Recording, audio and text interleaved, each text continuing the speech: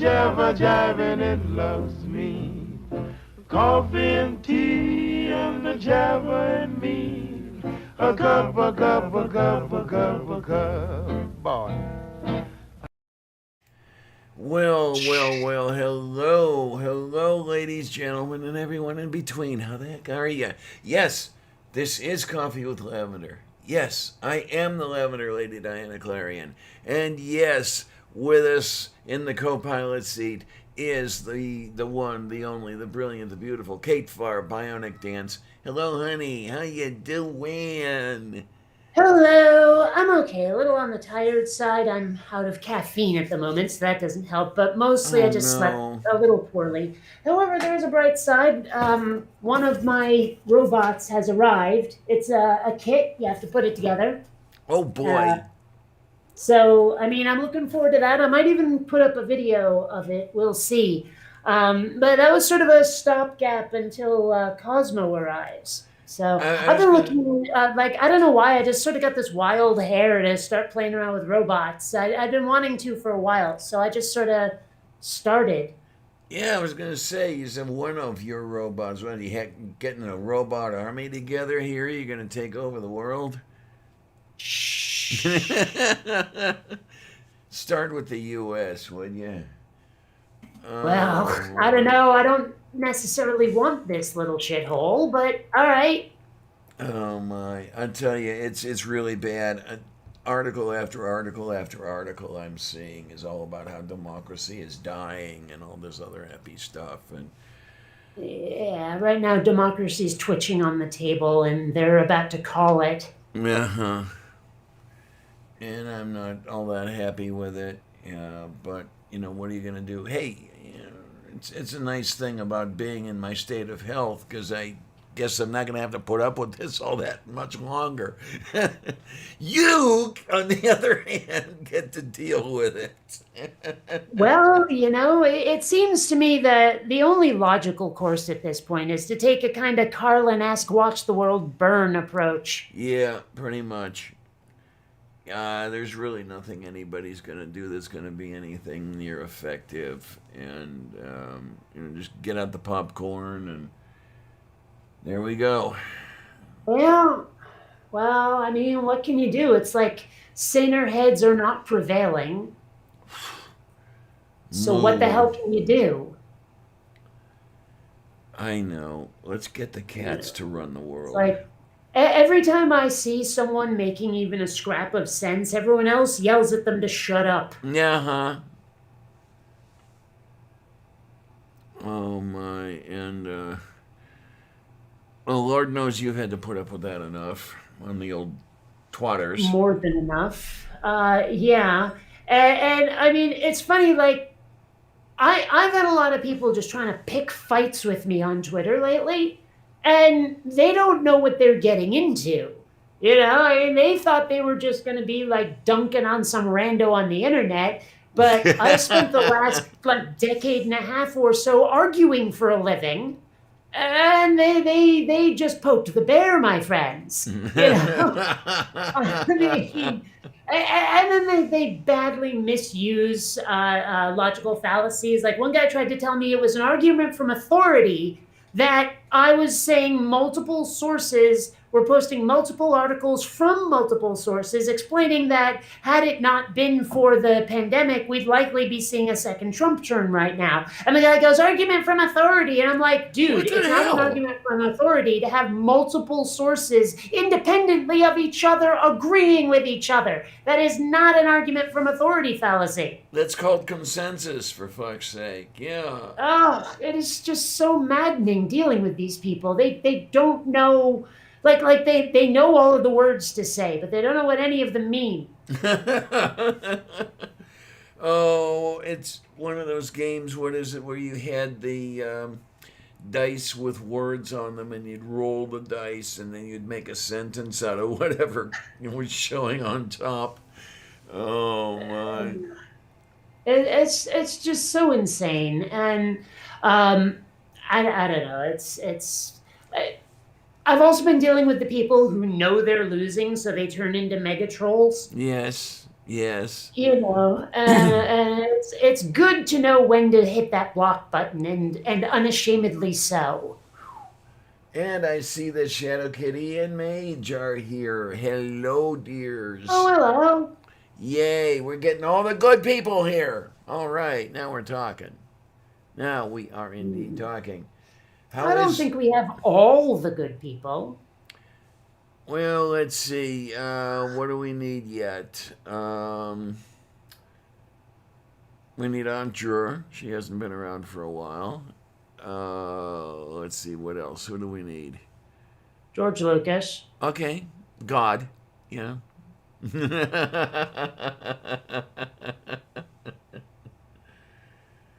Oh, Mage woke up late. Okay. I'm surprised I woke up at all. Let me tell you guys. I went to the arts festival yesterday, and all the walking I did and everything wore myself out, and did not do nicely this morning. I literally thought I was going to die, but strangely enough, the Kate magic is working, and we're all back and going and stuff and things. I'm helping. Yeah, there you go. Yeah, I don't know. It's been a weird couple of days, to be honest. Alrighty. Yeah, I don't know. It's just been like a lot of stuff has just all of a sudden changed. Nothing major, just a lot of little things. I've ended up in a hell of a lot more live streams lately, largely because underground Jen, upside down Jen, put me into this Twitter like list, and all of a sudden everyone their hamster is having streams, and I'm like, okay. So yeah, there's that. There was a Alright. fun sci-fi based one last night. That was kind of a blast to be in. It Ooh. started out as being about whether or not Trekkies are cultists, but we just sort of ended up geeking out about our favorite sci-fi instead. So there's that, and then there's me starting up this robotics hobby. I almost said hobbit, and I was trying to say hobby and habit, and it came out hobbit, I think. There's that, and a few other things. I don't know. It's just been a weird last couple of days. It feels like there's been this strange shift in tone more than anything else. Okay. Can't say I know that feeling. Well, it's probably just on my end anyway. Okay. I mean, it is a little different. I actually got out of the house yesterday, and that's something I hadn't done in quite a while. You managed to get out of the house and do anything yet, or is there anything to do? I did walk around a little the last couple of days. Yeah, I had some errands to run, and honestly, I was feeling really cooped up. Mm-hmm. So there's that. Yeah, because sunlight is something I had forgotten existed. Well, I'm looking back there right now, and it looks like Seattle out there. It is very gray. Ooh. No, wait a minute, wait a minute, wait a minute. What is this? What? Mage says, I hear Twitter is looking to roll out the ability to auto block and mute people. Huh? What? Auto block? To do what precisely? I mean, how did who? It should be my decision whether I block somebody. I mean, unless there's something in there where it's like, okay, block anyone who has this tag in their profile or some shit. Maybe, but that just sounds like enabling bigotry. Yeah, it does. And I mean, I don't know how that could possibly work. there's enough of that goes around anyway, because I know it's happened to me. I think it's happened to quite a few other people. If you have atheist in your bio, you will not have interacted with a lot of these apologists, the Christians and everything, but you'll still find yourself blocked. So Mm. they must have some sort of bot running. by which they can, auto block you or something like that. Something, I don't know. It's just, I don't know. I had a weird interaction the last couple of days where some people were talking about something that I'd only peripherally heard once before years ago, which is survival sex work. Oh Which yeah, yeah, apparently yeah. is doing like basically being a hooker because you have no choice. You have to have the money to live, Yes. right? And Uh-huh. apparently somehow being trans was built into it too. I don't know how that worked exactly. Maybe it was just the people who were talking about it then were trans. I'm not sure, but people seem to be making a big deal out of that part. I don't know why. But when I first saw the term, my brain immediately went to survivalist sex work, and Uh-huh. I'm picturing Yeah. people having sex out in the woods, right? And like that was just a momentary thought, and I knew it couldn't be right. So what I did was I said, "Oh my gosh, this can't possibly be what I'm imagining, which is people having sex in the woods like survivalists. It must mean Yes. something else like having to do sex work to survive, right?"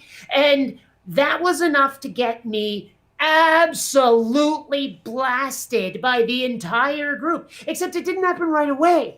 I had a couple of conversations with some people as it was, where it was like, yeah, that's not what it means. And I'm like, yeah, I figured it was probably this, that, or the other. And we were talking about the details. Then one asshole comes in and says, I can't believe how dismissive and flippant you're being about this totally serious situation. How dare you? And that is when everything went off the rails because I wasn't going to I wasn't going to put up with that shit. I was going to take that from a bunch of up their own ass reactionaries who apparently can't handle even the tiniest scrap of someone maybe finding the term a little bit amusing for a brief moment and Yes. mentioning it. I'm sorry, but if you're an activist and you immediately jump all the fuck over someone because you're offended, I can't believe you're being flippant, when they've made a harmless comment about their own misinterpretation, you know what? Your movement's gonna fucking fail because nobody's gonna fucking like you. There you are. I missed the blowback. What most of it happened yesterday then or something. I did see the Oh, two early days ago, stuff. really. This is like not counting today. It was like a 2 day affair. Mm-hmm. Because even Purple Rhymes with Orange mentioned that, yeah, he found the term a little strange. Or they, I Yeah. guess. I'm sorry. Um, and I had never seen it before. I made the assumption that it was, doing sex work in order to survive, and I guess I was the lucky one. But Well, I I did mean, I got see. that impression after. I just mentioned my initial mistake and thought it was amusing, but apparently Mm-hmm. that's enough to be a hater, to be a Yeah, bigot against them. they I aren't I just mean, on hair people don't triggers fucking build anymore. bridges. More flies with honey, people. Why are you pissing off potential allies? I mean, as it is right now, I feel like I'm obligated to be completely fucking against survival sex work because the people who support it are assholes. There you are. But Uh I might huh. have been on your side if you'd been a little more tolerant, a little nicer, you pieces of shite. Yeah, Mage, this And is then you on wonder Twitter. I'm in watch the world burn mode. Fuck it. Even the people on my side are people I don't want on my side. Yeah, no, this is on Twitter, honey. Well, remember that Kate is banned from Facebook, which is For really absolute bullshit. interesting. Say again? Which for absolute bullshit, for shit I didn't even fucking do. Now, here's the interesting thing with that, because you had mentioned Trump, and he's only banned for 2 years or something. Then he can come back, uh, and yet they don't want you around at all, or at least this is the way it looks. And what's the Well, I difference mean, here? their system is not set up for human review. If their algorithm makes a mistake, or if someone is false flagging you deliberately, you have no recourse at all. There is no human review at all. Facebook is completely on automatic when it comes to enforcing its rules. Okay, there, yeah. So, I mean, it is really easily exploited. I mean, I'm starting to agree with Kyle Kalinske on Secular Talk that these things need to be regulated like public utilities. Oh, sure. Yeah, absolutely. I'm with that. I'm with that idea. I mean, this is just so much bullshit, all of it. And I mean, the thing is, I know it sounds like Twitter Mage, but it's not just Twitter. This is the whole internet. This has happened on YouTube. This has happened on Facebook. You know, where people who are such activists that they can't even handle the tiniest scrap of not taking them completely 100% seriously. You know, and they said I was punching down when I was saying, oops, I made a mistake I thought was funny. How the fuck is that punching down? If anything, that's punching me. I don't know. And this is why I'm only barely on Twitter as far as that goes. I mean, I'm there because contacts. Well, here's the thing, Sandy, is you can't just do it on Facebook because, as I understand it, it's been years since they did this, but as I understand it, they insist you send them a picture of some government ID to make sure it's really you. I don't know if they do that anymore. Oh, maybe they do, maybe they don't. But I had over 3,000 Facebook friends. All these pictures and memories, those should not fucking go away just because Facebook is a piece of shit that doesn't have proper human oversight. I should not lose all of that because of them. Yeah, because I think that whole send a picture of you and everything else was when Facebook was having problems with people like me. Those of us who used a preferred name rather than the real name because we didn't want to get... What the hell business is it of theirs? I mean, other websites don't insist you prove your identity. What the fuck is the problem? I don't know what their actual problem was. I simply think that it was a problem with atheists and transies. Really. I don't think it was. I really don't think it was. Okay. I think it was something else, but I don't think it had anything to do with that. Let's see. All it says is that they think that some accounts might be fraudulent. That's all it says. Well, come on, people. As far as fraudulent accounts go, they make up, what, about 40% of all the social media accounts out there? I don't know. All they say is it's safer. Fuck you with your safer. I don't need a nanny. I don't need an internet nanny. I can handle it when other people are rude. You know, I mean, like, if you're actually trying to fuck someone up offline, okay, fine. You know, but if two people are arguing and they happen to drop a bunch of F-bombs, I don't need Facebook stepping in and saying no, no, no. Sandy says, I thought it was only necessary if you were using those platforms as a money-making business and wanted to be a verified user. Well, that's a whole nother story as far as verified user is concerned, yeah.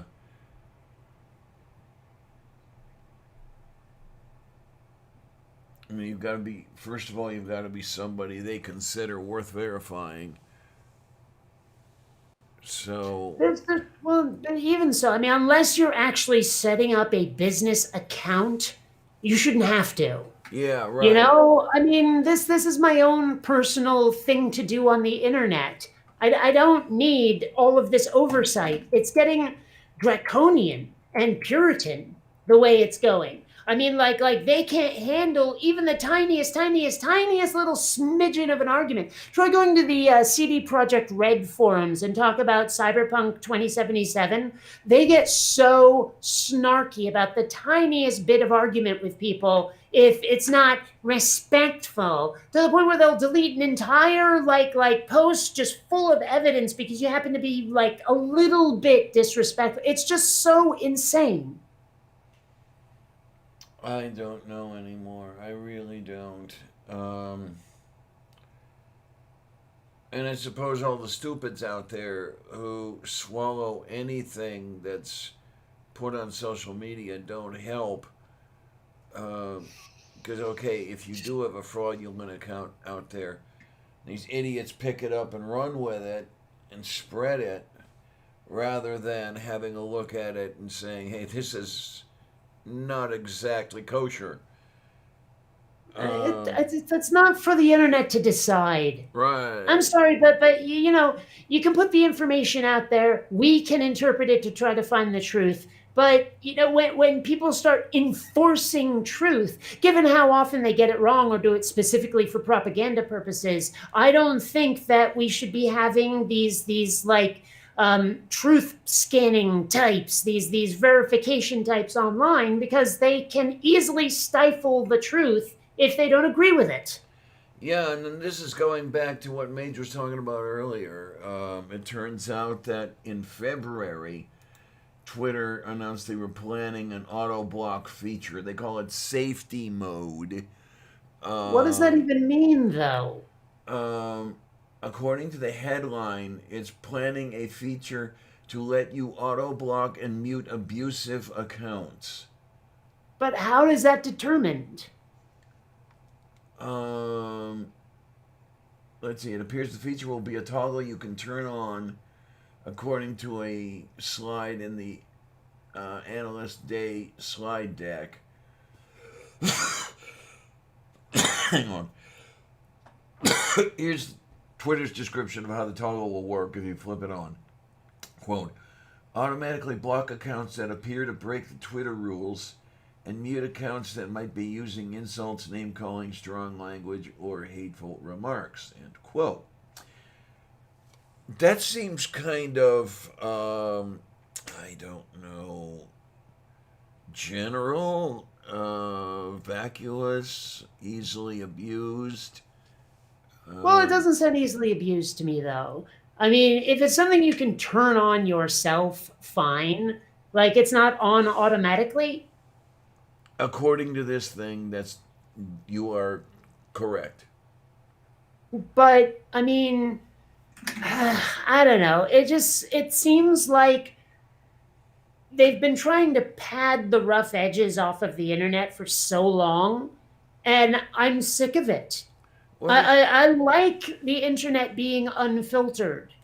You know, I don't want all these like rules to try to keep us like playing nicely with the other kids. That should be something we do, not yeah, something that's forced on us. yeah. I mean, the social media. I know there are some differences, but it's basically interpersonal exchange, and even in person, interpersonal exchange can get a little rough around the edges. So, of course, the internet's going to do that. Um, it's just one of those things a normal person, a rational person, is going to have to put up with. But for some reason, there are those who think that's not the case. Oh, I like I it. mean, honestly, I'd rather that there was. Well, I mean, I guess I'm about to describe 4chan, although I've never been there, is to have a place that's largely just for the people who like an unfiltered internet. You know, it'd be nice to have a place where people were largely respectful, but every now and then, if you dropped an f bomb, it wasn't like you would be hit by an admin anvil. You know what I mean? Yes. Where people are at least allowed to be as rude as they can in a pub. Shadow Kitty, I love Shadow Kitty's comment here. Says insults, strong language, verbal abuse. That's just an average day in New Jersey. He's right. Oh my. And I spent 11 years with a Jersey girl. I don't know. I guess I was lonely.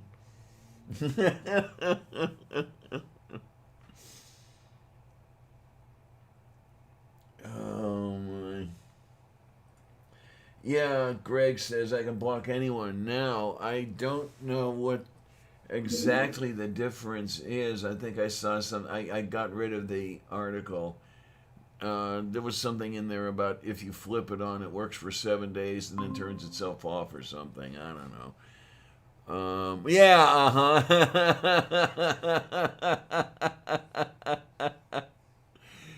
Oh my, yeah, the internet when the physical consequences of your insults don't exist. Yeah, I mean, I have often said it'd be nice if people could be punched over the internet because they'd be a lot more polite then. Yeah, huh? But that system would also be deeply, deeply abused, so Mm-hmm. that's a shame. But I mean, I do like that we can have the free marketplace of ideas, but if you're on something like Facebook, well, apparently you don't. Yeah, right. It's and I wouldn't object so much if it weren't for the fact that the vast majority of my friends are people I connect with via Facebook because I've moved away from Seattle, and a lot of them are folks I know from online in the first place. And now Facebook has cut me off from them entirely. And the Yes. worst part is they think that I allegedly like threatened self harm or suicide back in 2017, and that's why this happened. Well, okay, you've just cut me off from my friend network, from my support network. If you think I'm suicidal, why would you isolate me? Right. I mean, this is like so many different layers of stupid that Facebook has engaged in. Yeah, I haven't gone to Facebook for anything in quite a long time, and unfortunately, that's cut me off from a lot of people, just as you say. But Yeah. what's the choice? Getting yourself involuntarily cut off because of something you say that they happen to not like. Just today, I mean, on Thursday they don't like it, but on Friday it's okay. But because you did it Well, on Thursday, you're gone forever. Well, I mean, they claim that it's all about safety. But you know what? If me, like, I don't know, posting a slightly risque meme ever puts someone else in danger, I didn't know I had that power. Mm-hmm. You know? I mean, let's suppose that instead of threatening suicide or self harm, I had joked about suicide or self harm. I do have a meme where if I'm going to leave a toxic thread, it's like, this anime chick pointing a gun at her head and saying, fuck this, I'm out. Right? Uh-huh. And I mean, if that's going to inspire someone else to commit suicide, I'll fucking eat my hat. You know? I Oh mean, this is man. so much bullshit. This purity test shit they got going on. One strike and you're out. It's so much fucking bullshit. It really is. Well, if that meme is going to cause somebody to commit suicide, removing the meme isn't going to help because there's going to be something else out there just waiting to do it.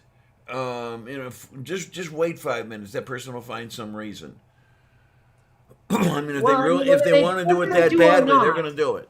What? this should not be a ban-worthy offense. Uh huh. I'm sorry, it fucking shouldn't. Uh, Well, yeah, Mage, definitely. Mage says maybe we need to get people to make a big stink about that. Facebook cutting up potentially suicide people is really bad. Okay, here's the problem. They're not listening. And they have no that's intention of true. listening. There's no way to contact Facebook. Everything that claims, oh, this is like a contact email or a link for support or whatever, they're all broken. Uh huh. There's no way to contact Facebook support, and it doesn't even matter anyway because the most you can do is leave feedback, which no one's gonna fucking read. So I mean, it's kind of like the door open button on an elevator. It's just there to make you happy. Yes. To give you something to press to feel like you're doing something, to Yeah, make you huh? feel less powerless. That's all it's there for. I've never had a communication with Facebook staff about anything ever. Yeah. It's so much bullshit, and Mark Zuckerberg should be hung from the larger of his testicles from a giant palm tree. Does he have any? Yeah, unfortunately. Maybe if he didn't, he wouldn't be such a dick.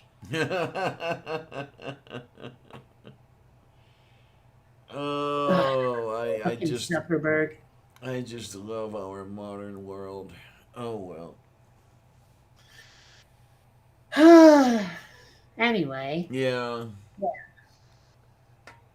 Okay, now Mage says, I mean something like a media backlash. It'd be nice. I Yeah. mean, I don't know how to start a stink like that, and in a way it feels almost disingenuous, like if I did it. Because obviously I'd be doing it to get my goddamn account back. This is like what I'm pointing out is a separate issue from my own personal situation, but I guarantee you that someone somewhere would try to make hay out of the fact that I would be only doing this because I lost my account. Oh, But sure. someone somewhere would totally turn that into a thing. Mm-hmm. So I think it's up to someone else to start that movement. Oh my. I Okay, mean, I because suppose I know so. how these things go. I've watched enough news. Someone somewhere will find some way to make hay out of that fact that I'm angry about losing my own account. I mean, that doesn't invalidate the issue, but Right. they think it can be used to muddy the water. Mm-hmm. Oh my. I don't know. And then how many people are there out there who just don't want to be bothered with it? They don't want to be inconvenienced. They don't want to put out the work that it would take to do this. I mean, this is where we have problems in other areas too. These folks Well, and don't. Hmm? I just dumped one form of activism. I don't need another. I need a break from activism. To be perfectly honest, I basically since maybe even before the 2016 election, I have just been doing my best to make change for the better and getting exactly nowhere, except possibly with atheism. And after more than a decade of that, I'm just tired. Yeah. I want a break from activism. Someone else do this for a while. Oh, oh, Sylvia's volunteering. I guess we've got somebody to do it. Okay. Oh, well. That's what we need. Cats for atheism. But and yeah, this did we talk about this earlier, or I forget. This wraps around why democracy is dying. I guess is that people will sit there and complain on social media about it, but nobody really wants to put out the work. And Well, there one are thing I've noticed is effort shock is a real thing. I mean, I'm not sure I would have started Quinn Redshift if I knew how long it would goddamn take. how You get long all you've these been. people out there who are like, I wish I could be an MMA fighter. That looks badass, not realizing that you basically have to train all day, every day for 10 fucking years. Yeah. Things like that. And so when people see it's like sticker shock, but in this case it's effort. When they see the effort shock, they're like, yeah, and they stop.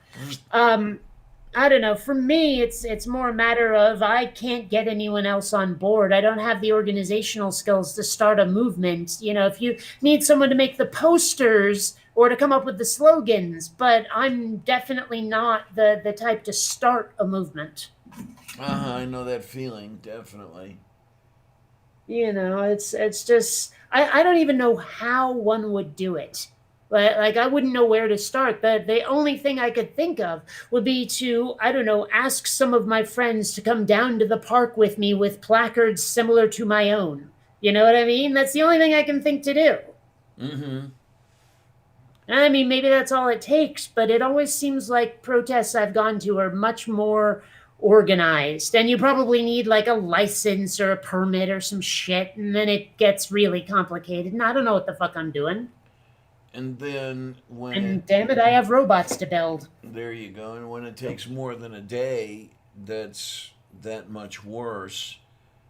And one of the things that I find is a problem where you want to do something, but you realize you're the only one that's going to want to do it, Hmm. and an army of one isn't very effective at all. Well, and this is just a really shitty way to put it. If you're going to start a cult, make sure everyone else drinks the Kool-Aid first.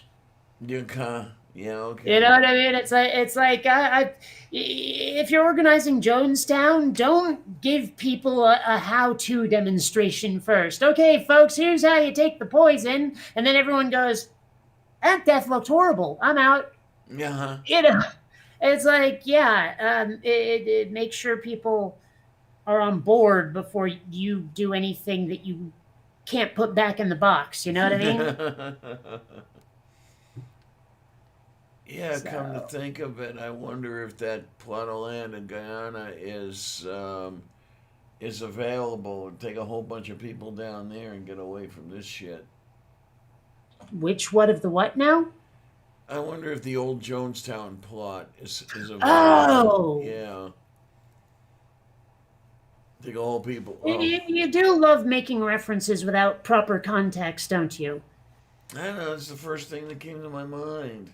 No, what I mean is that I don't think everyone knew that was in South Africa. Hmm. That plot of land in fill in location doesn't necessarily tell us what you're talking about. Okay. I mean, remember, not everyone here is from the 1870s. We don't have your cultural references. Oh yay! 3 word chant. Yeah. Well, I mean, Mage mentioned that, Yes. Yes. and I had to, yeah, 3 word chant. The thing is, I honestly can't tell what movement that was supposed to be. I'm not Oh. even sure it's in the US. Okay. Like the one in the meme that I Yeah. Uh posted. huh. Like I don't recognize any. I'm not even sure if these are people who would be on my side or the other side. I guess that's why I chose it when I made the meme, is because it was generic enough that you couldn't project anything onto it. Okay then. You know. Oh, there we go. 3 word cat.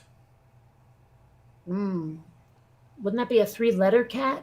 Yeah, that might be, but it's too many syllables. Mm. Oh, you. Sylvia's not going to Mm. help me clean this apartment, I can tell you that. Oh, she'll help, just not in any helpful way. Yeah, there you are. My cats can help when I need to clean stuff up by staying out of my way. That's the thing. You'd think eventually Xander would realize that he's getting stepped on so much because he keeps standing there. Right, Oh, this is my. this is the cat where I'm just walking along on my day, not realizing that Xander's back here, and then as one foot's coming down, all of a sudden, swoop, he's Yeah, under it, huh? Yes. It's. and then he acts surprised when he gets stomped. Oh, speaking of, Colleen is recovering from a foot injury. Oh, yay, fun. Mm. Oh, boy, moi. Yes, bourgeois moil. Yes, never by crackling from a moil. Anyway, um, Yeah, I just, oh, that is the worst thing you've ever thought, Kate. Oh. Well, I'm just picturing rabbis who saved those foreskins and ate them as Jew jerky. And I mean, that is like probably the worst thing I've ever said my entire life, but it's honestly what popped into my head for about 2 seconds and then was gone. And I felt very ashamed. So Why? there's Why? that. Why feel ashamed? I mean, there's. I don't know. I mean, half my family's Jewish, and if 23andMe is to be believed, I'm mostly Ashkenazi. So, if anyone out there thinks, oh my God, anti Semitism, well, understand this is punching sideways, not up or down. Or, I mean, I'm allowed to Mm, make fun of my own dumb self. Let's just put it that way. yeah, yeah, absolutely. The best butt of a joke is yourself, definitely. Well, if you can't laugh at yourself, the rest of the world will do it for you. There you And go. I swear I'm the first one to say that. I'm sure other people have said it other ways, but like I've never seen anyone else put it quite that way before. And so if you ever see someone say, laugh at yourself or the rest of the world will do it for you, know that that's me. I came up with that one, damn it. Yeah, this is, you never seem to get credit for the good stuff. Well, I mean, I saw a stand-up comedian recently on Twitter make a joke I've been making for ages, and I'm like, did you see that when I posted it and didn't realize, or was it convergent evolution of humor? I don't know. I just know that I watched Christopher Titus make the same joke I have for years. Okay, then. Oh, my. I saw the George Lucas God meme recently. Did you put that back up? I've put it up many times over the years and probably recently, but I don't know. Within the last couple days. Uh, Almost certainly, but that doesn't necessarily mean that where you saw it was my doing. Okay, that's what I was wondering. But Well, I mean, it could be. I don't have enough info. You'd have to show me where you saw it. it was on Twitter, definitely. That doesn't help. I mean, I specifically know. where on Twitter. What conversation? I cannot remember which conversation. All right. Well, then I cannot tell you whether that was my doing. Moo. I mean, it's weird. Like, what does it take for something to go viral? I swear, if you're not already famous, the only way for something to go viral is either for it to be very funny or you pay for a bunch of bots to do it for you. Sounds like the latter. I don't Really. know.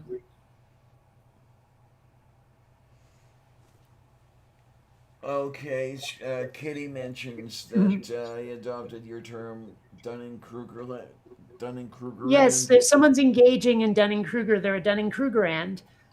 Okay, then I don't remember hearing that one. Oh, I said it years ago. Oh, okay, wolf beef. Yeah, it was in one of my videos, like a really long ass time ago. Oh my.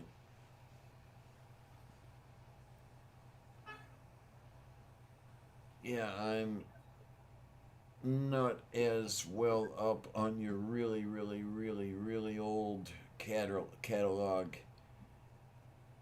I'm a little better on the more recent stuff, but then again, more recent is rapidly becoming not all that recent anymore. Sorry, say that again? I'm not really up on your really old catalog. I'm better at your more recent catalog, but your more recent catalog is rapidly becoming not so recent anymore. Well, there is that. I'm trying to post at least a video a month, one a month, even if it's just animation stuff. Last month was two, although I only monetized one of them over Patreon because the other one was like 3 or 6 seconds long. You know, Okay. so there's that. I honestly, if people knew the amount of self-examination that goes on in my head regarding whether or not I can honestly justify to myself asking my patrons to send me money for this piece of shit I'm about to upload, you'd be like, wow, Kate, we like you more than that, I guess. I don't know.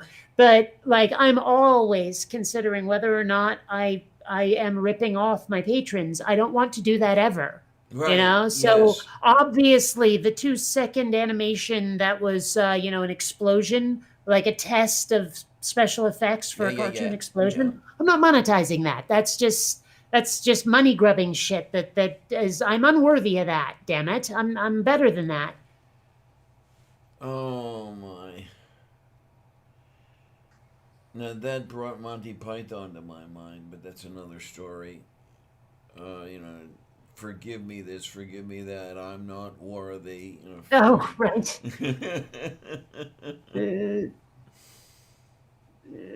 And don't apologize. It's like those miserable songs. They're so depressing. Yeah. Uh, Oh Okay, Sandy says going viral has always scared me. No way I'd ever want to be viral. Well, yeah, just look at the last year Well, and a half, man.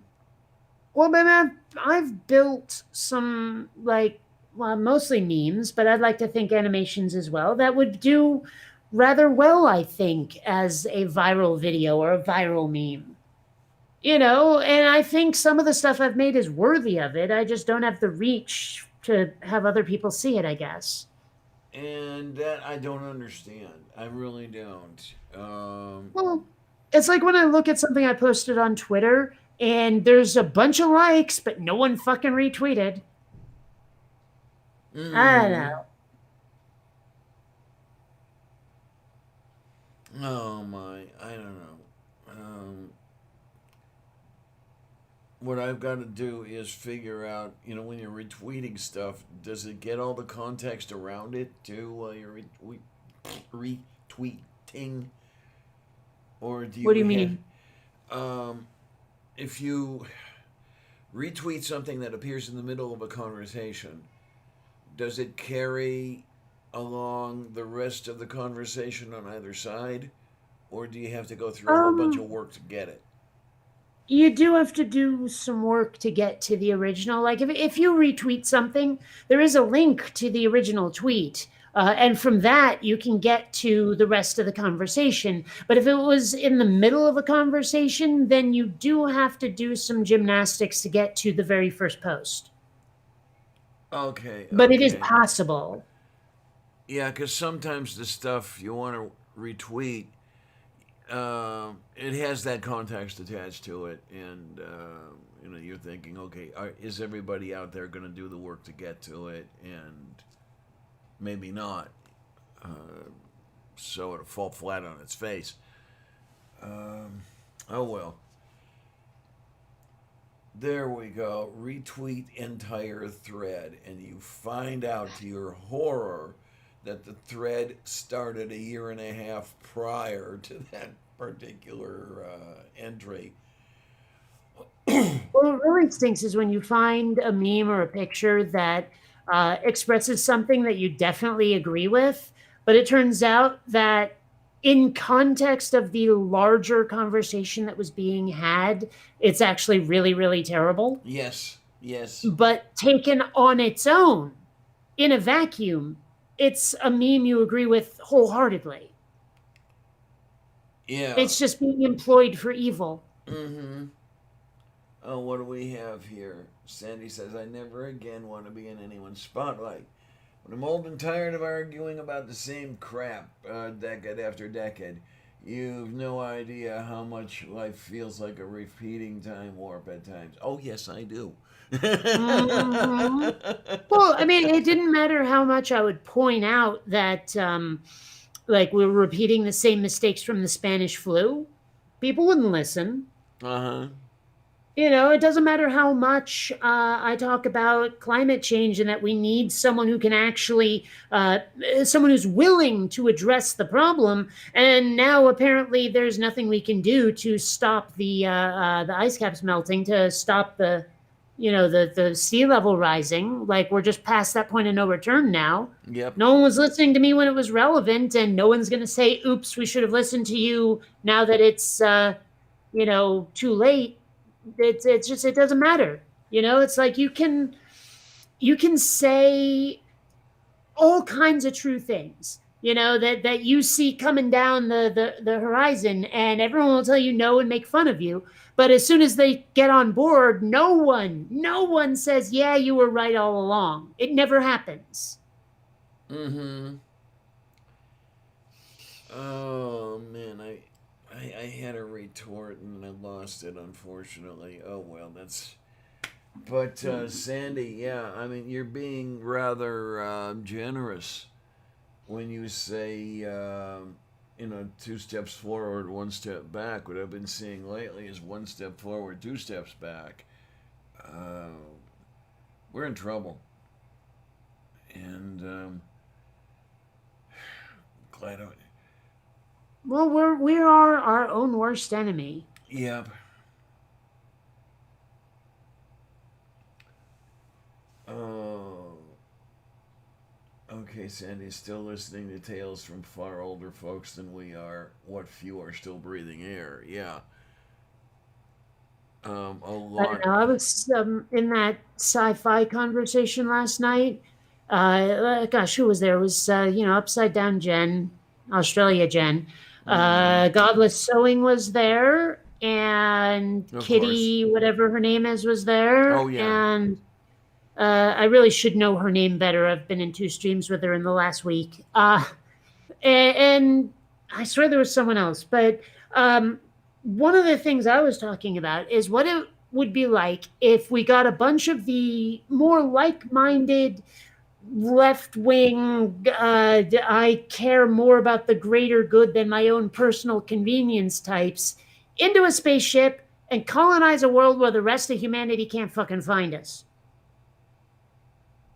Now, I'm not sure if we'd end up ultimately devolving into what we have now, or if because we all have a similar mindset, we all teach each other the same things as we grow up, and most of it is just treating each other in a more neighborly fashion. I mean, might that create a better society if we just sort of started over, but with the concept of for the greater good being built into the colony? Or would we? I don't know. I mean, what would I happen if we took a bunch of like minded, we give a damn about each other people, and then a couple of generations of living in isolation? What happens to them? I don't know. You give, and not give. You put people in a stressful situation. Okay, let's say we take off in a spaceship and colonize some place, and things are idyllic for a while, but then become stressful. What happens to those people? Do they Mm-hmm. start attacking each other in order to save, or what they view as saving themselves? Um, Well, I mean, that's another thing is save me from people who are trying to save me. yeah, okay. It's like all too often what people think is the greater good or is better for me is significantly worse for me. And it is so hard for me to explain to people why what they're doing, while well meant, is ultimately detrimental. Uh huh. Or even just when people try to think they know better than I do what I want or need. I remember I was on a camping trip with my parents once, and somehow we were near a stream. It was wide enough and deep enough that it could have been dangerous for someone as young as I was, but I somehow ended up out on it alone in a canoe. And my parents could see me, and I was trying to get back to them, but the current had me, and I couldn't make any progress. Oops. And I kept Okay. yelling to my dad, I need help, I need help. And he kept saying, oh, try this, try that, try the other thing that I had already tried, until I finally just flung the paddle and said, no, I need help, not advice, literal physical help. And that's been a problem my whole life is I say, this is what I need, this is what's going on, this is how I need help, etc., etc. And then people fucking argue with me about it.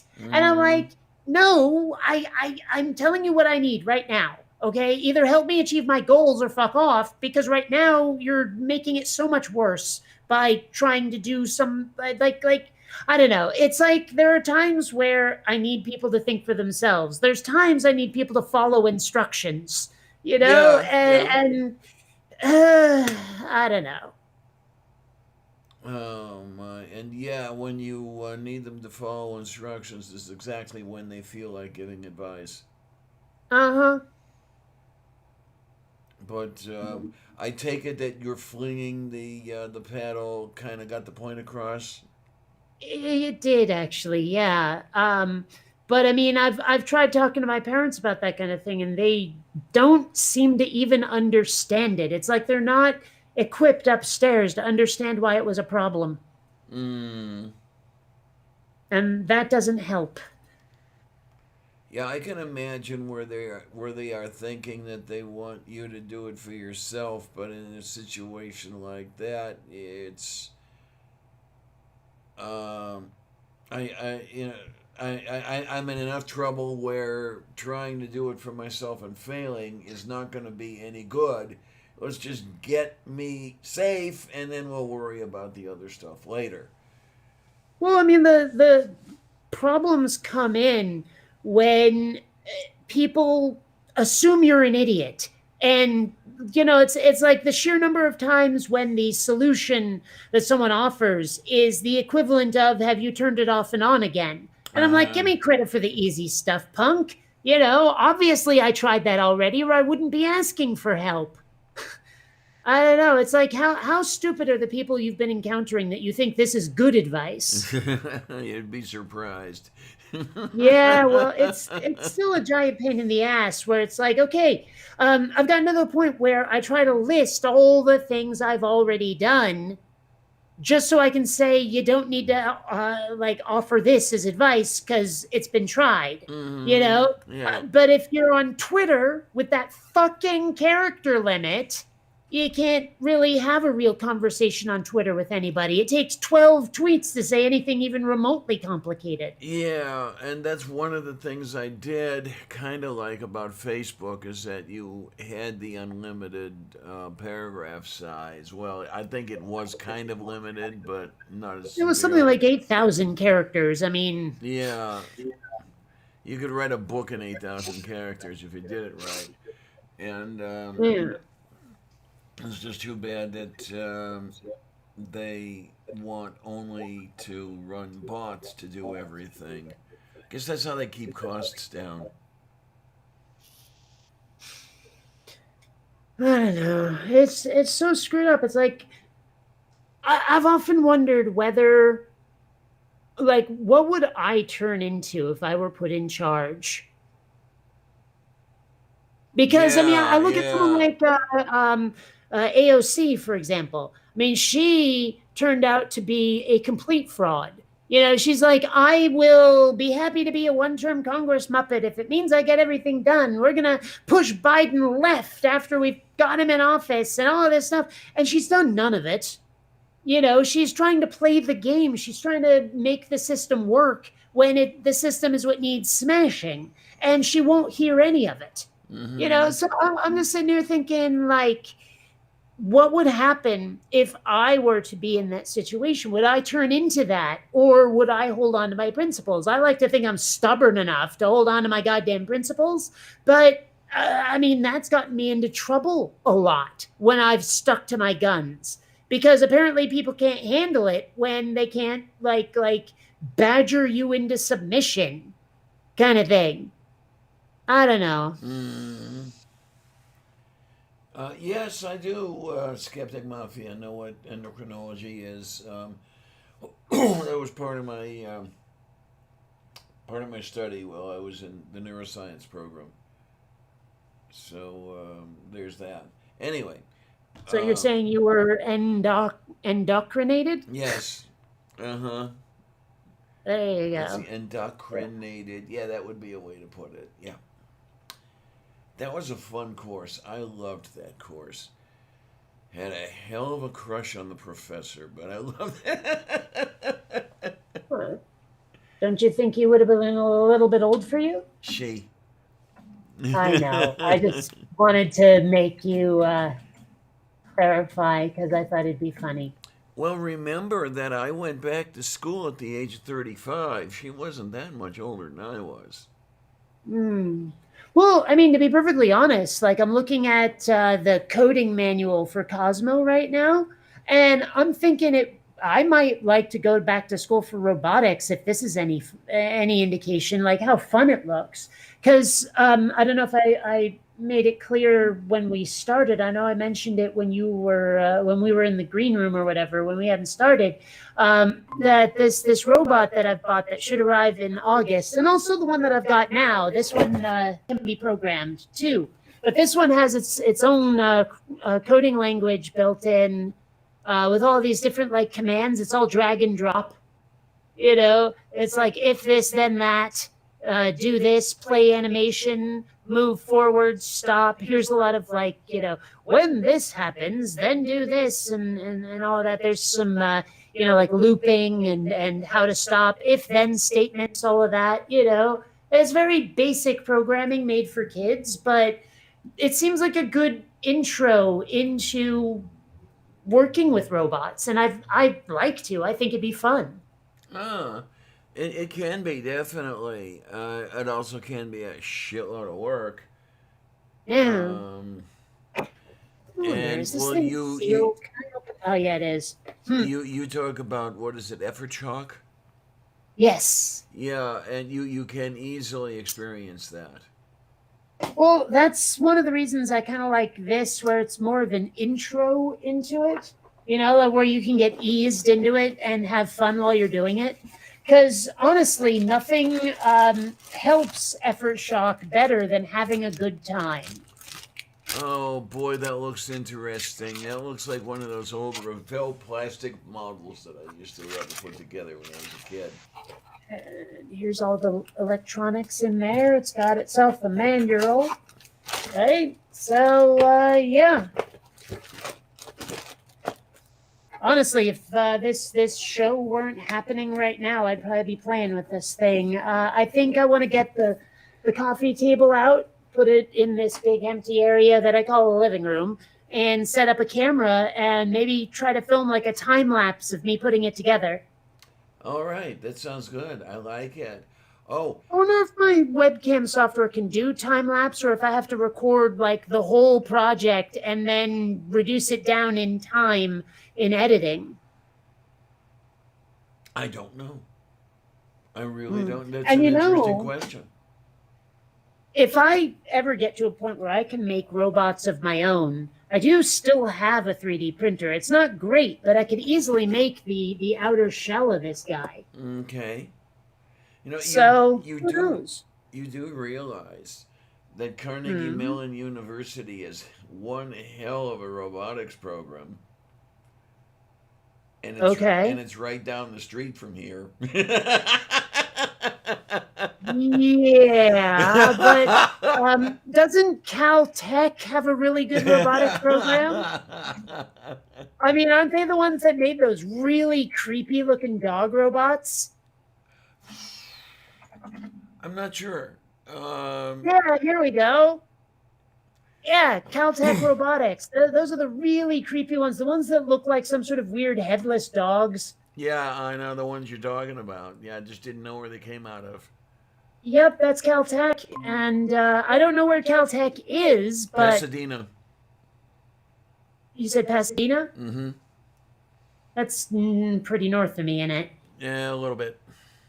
But still, I mean, actually, it's funny because I was talking to Godless Sewing because he lives in LA, right? Yes. And I was telling him about that idea I had of going up to Hollywood and just being a professional extra. Like I'm going to Uh be in huh. everything. I don't want to be a star. I just want to be an extra. He said, if you come up here, you will be fucking popular with like directors and stuff because they need people for that. They need unnamed, uncredited extras. Like they're Okay then. constantly looking for that. And I'm like, fuck, if I have a vehicle, I'll go up to LA every day and be an extra. Yeah, Pasadena is basically suburban LA. Well, I mean, there you go. I should be in LA. Hell, you know what? Part of me has been wanting to move anyway. Maybe I'll look into Pasadena. Okay. I don't know. We'll see. We'll see. I don't know. I mean, let's see if I stick with it with the robots is the thing. Cuz well, they say it's kind of an ADD thing and kind of an autism thing, and I'm still undiagnosed, but I swear I have to be on the spectrum. Is like having these sudden, intense passions for things that burn Hmm. out kind of quickly, especially with things like effort shock. So who knows? I might not stick with the robot thing. I may or I may not. We'll see. If I do, Excuse me. though, I mean, I have been wanting to go back to school a little bit. I don't know. I'll think about it. Going back to school is fun. I wish that I had not fallen apart. Um, Something triggered the depression, and I just went fucking downhill. But I loved it. before the Depression got triggered. And that would be the kind of environment I would have wanted to stay in, forever and ever. But so maybe you'd like it as well. Well, I mean, the problem is I usually go to classes with goals in mind. Like, I'm not there just to learn. I'm there because I want to learn something in order to do something. You know what I mean? That was part of why I had so much trouble in school, I think, is because they just wanted to impart knowledge. But I wanted an instruction manual for doing this and this and this. You know what I mean? Okay, yeah, and you'd be in a little bit of trouble with that, yeah. Yeah, I mean that was one of the reasons why I don't think I fit in well in film school. Is my teachers all wanted these very like Ingmar Bergman looking art films and shit, and I'm like, but I want to make Star Wars, and they were like, well, that's not what we teach here. Basically, I mean, they didn't explicitly say it, but basically they wanted me to make something you see in an art house with like 15 other people at 7:30 in some out of the way coffee shop that nobody knows is there unless, they have the like they're on the ends with the people who wear the berets and snap instead of clapping. That kind of bullshit is what they wanted me to make, where I'm sitting there going, yeah, but I want to make like spaceships and aliens. And so because that was my goal, I couldn't get a fair shake in the classes because I wasn't making what the teacher wanted to see. It was like I wasn't being taught the skills to achieve what I wanted to achieve. Yeah. It's like sometimes I think I would have done better at a purely technical school that taught computer art. In fact, I did better at the Art Institute of Seattle. Okay, then.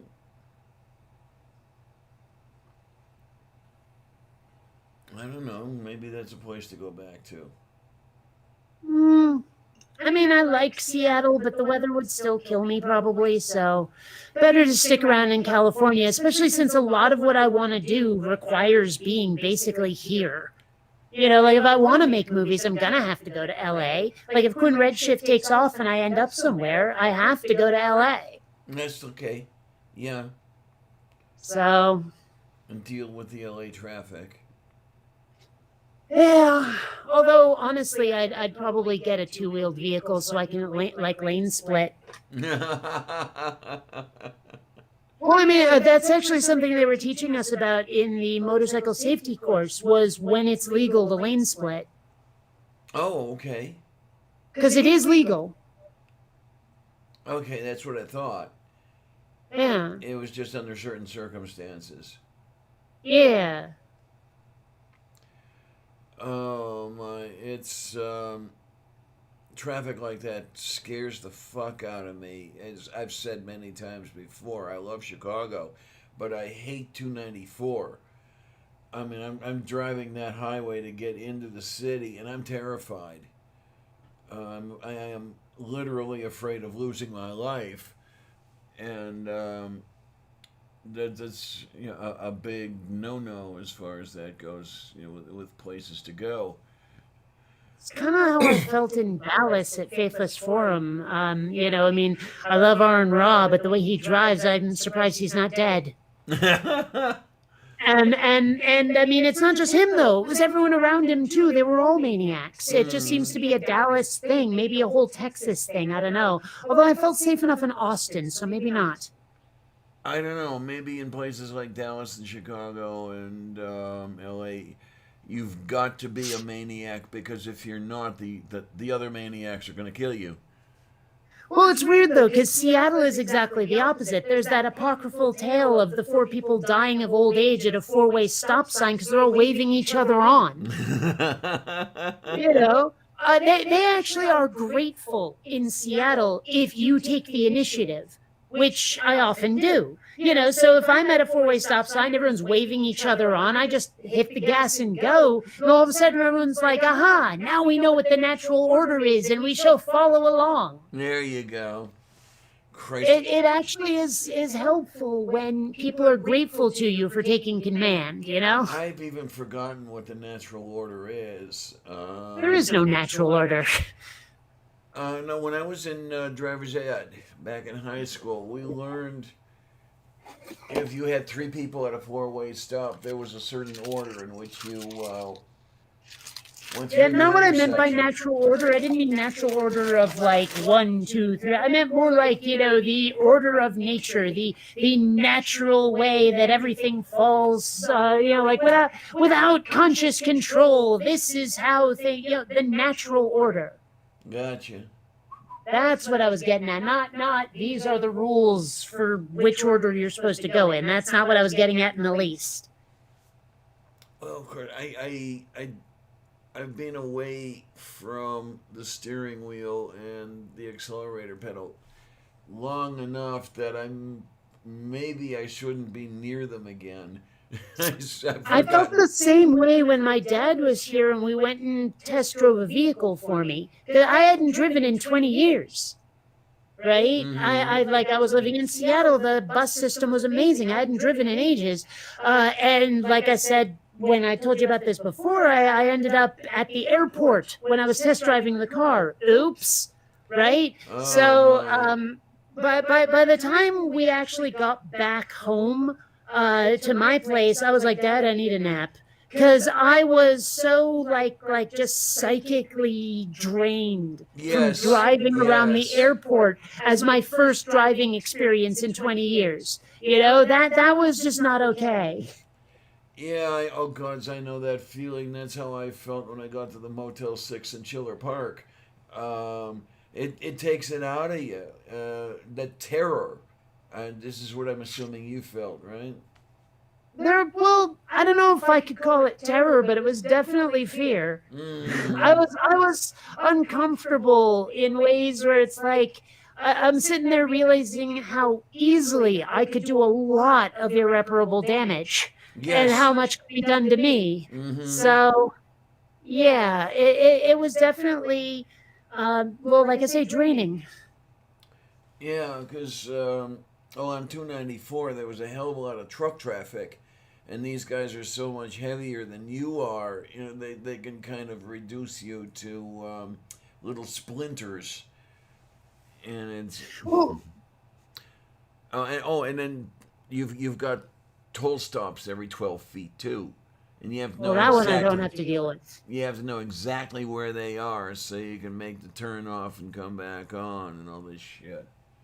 Yeah.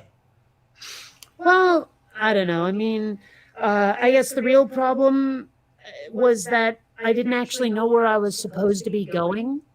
I mean, Dad was navigating, but he's terrible at it. Oh, And so, boy. he'd be like, okay, so the street you want to turn on is up that way. And I'm like, but which street is it? He goes, oh, yeah, it's this street. And I'd be like, okay, is it coming up? He'd be like, yeah, it's coming up. I'm like, is it this one? Dad, is it this one? Is it this one? He'd be like, yes, I didn't think I had to tell you. I'm like, Of course. my dad is like, I love my dad, but he's the worst at giving information when what I need is data instead of opinion. Where it's like, I just, is this it? Yes. This is it. The next left. No, instead of like a vague, okay, turn at that street when you get there. But is it this one? I don't know. I'm trying to make sure I don't smash into anybody. You need to read the street signs right now. I haven't driven in 20 goddamn years, Dad. Tell me which street it is. I love my dad to death, but sometimes we just have the worst time communicating because we are not looking at the world the same way. Mm-hmm. And it's deeply frustrating. But what can you do? At least, well, we're still alive. So clearly I didn't crash the car too badly. Okay, then. Yeah. Although I'll tell you this much, I'd already owned that scooter that I was looking at if no part of me thought I could ever damage myself by driving it. Like if safety was guaranteed, I'd own a scooter now. Uh-huh. It's mostly just knowing what can happen to you when you fall off a two-wheeled vehicle, especially on the highway, that has me sitting here going, and now. It would be too easy to irreparably change your life forever on a two-wheeled vehicle. Mm. I wish I could have a scooter, but unfortunately, here in Pittsburgh, we have these things called winters, Hmm. and it's a good 6 months that you really can't use one. I mean, even if it's not snow all over the place, it's really cold, and you've got to bundle yourself against that if you're at speed. Um, but that would make short work of the hills around here. Um, I mean, I've lived here 32 years. I've had to put up with the hills for 32 years, but still, I'd rather not have to. Hmm. Well, the hills have eyes, right? Oh yeah, definitely, and they are But alive. they're apparently alive with the sound of music as There well. we go. Uh huh. That's where I was headed. Yes, it's very strange. Oh shitski. Well, I don't know. It's a bad thing when it kind of limits you. I don't get around the way I used to, and not all of it is health. I mean, some of it is simply it's difficult to transport oneself. That's why I liked where I lived before. I just had to wheel my bike out to the street, and I could go pretty much anywhere. And the hills are just too steep right here to do that, and it's unfortunate. Tempted to get one of those like scooters, like not like Vespa style or anything bigger. I mean like one of those ones where you're standing on it and you got handlebars. You know what I mean? Oh yay! Yeah, I know those. And the funny thing that I remember because they have ones you can just rent off the street, right? You have a phone app, you scan the QR code, and you can just ride it, Uh huh. and then you scan the QR code again when you're done, and then they charge you like a buck or two, right? And they're powered as well. You have a little thumb thingy you can push down, and you know, it'll go without any effort on your part. But I remember once I was walking around the back of like a Target or something because I had to go to another store that was like across the street on the other side, right? And I see these kids who have those scooters that they've rented, but they're using them like skateboards, doing like tricks and jumps and spins and ollies and shit, and the tires on these scooters were utterly flat. I mean, like these kids were destroying those scooters Oh. while they're using them. I don't know if they put their credit card info in there to use the scooter or not, but they definitely abused them. Oy vey. We have something like that with bicycles here.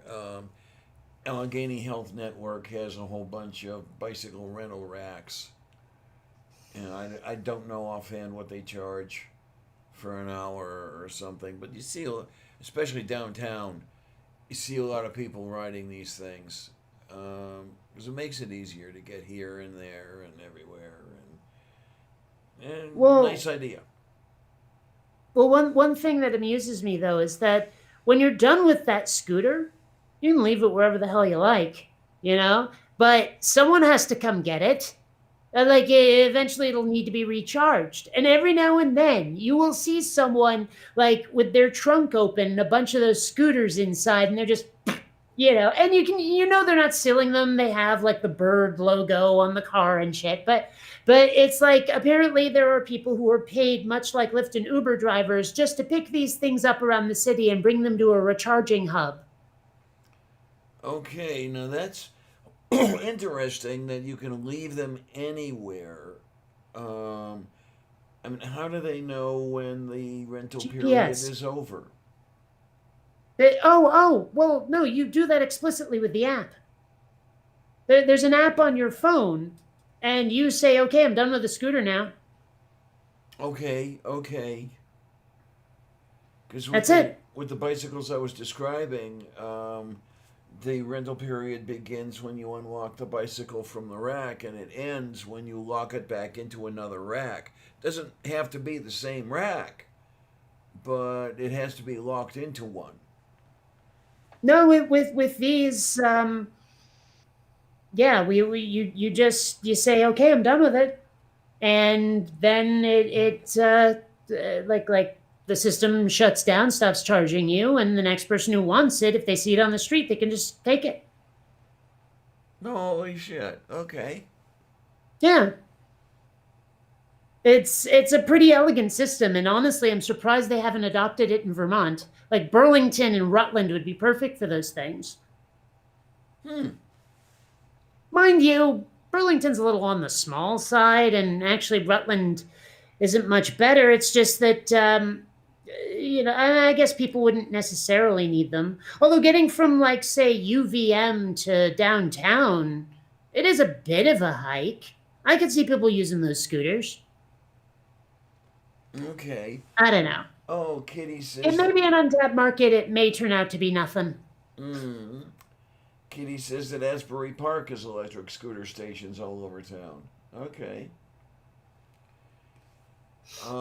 Yeah. I need to get to Asbury Park before I die. There are some people I want to see out there. Kitty I don't really included. know anything about it. I've heard it mentioned, and that's it. Well, I understand that God doesn't play skee ball there anymore. Okay. That was a plot device in Dogma. Skee ball? Really? I don't remember skee ball in Dogma. I remember skee ball in Deadpool, but it's also been a really long time since I've seen Dogma, Yeah, so. because God was on Earth because he was playing skee ball in Asbury Park. I don't think we're talking about Dogma. Yeah, we are. I am. The Kevin Smith movie. Yeah, but God was Alanis Morissette. He originally came down as an old man. And played skee ball? Yes. I don't remember that at all. Very beginning of the film. Okay, you can keep saying that, but it doesn't help. I need more context. Yeah, and then that's when the two kids with hockey sticks attacked him.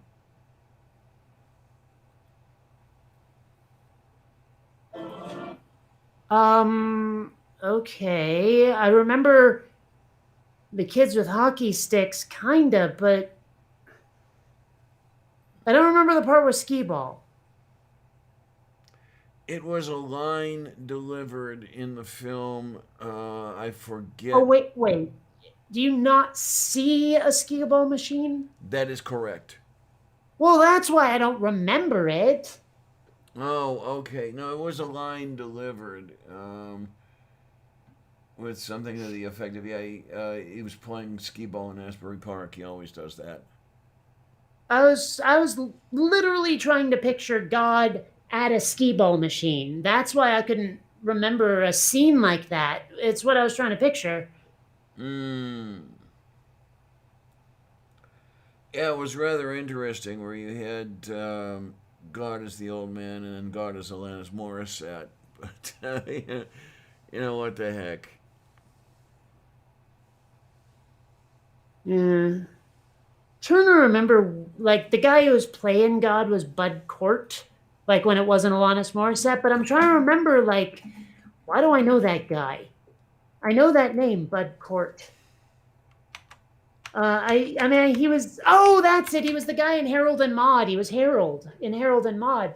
But I think I know him from somewhere else too. I think he was in But I'm a Cheerleader.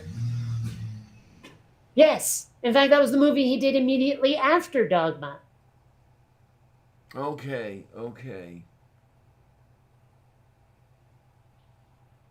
That's why I know that name. Okay.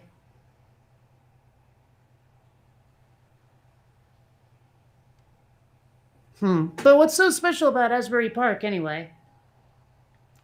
Oh, I guess it was one of those Jersey Shore towns, boardwalk and everything. Okay. And I think it had something. It may have had something going with amusement park business, that sort of thing, but. Okay, but Kitty could why tell you is better that a than I bucket can. list item exactly? Oh, because well, number one, Kitty's out there, and number two, Psy Sister is out there. I see. Okay. But not size striking? No, Psy Strikling, I forget where the hell Psy Strikling is now. Somewhere in the middle of the country. Hmm.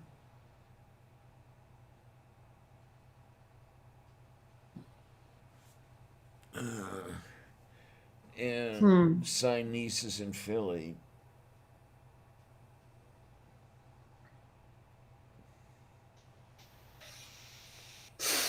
Oh my.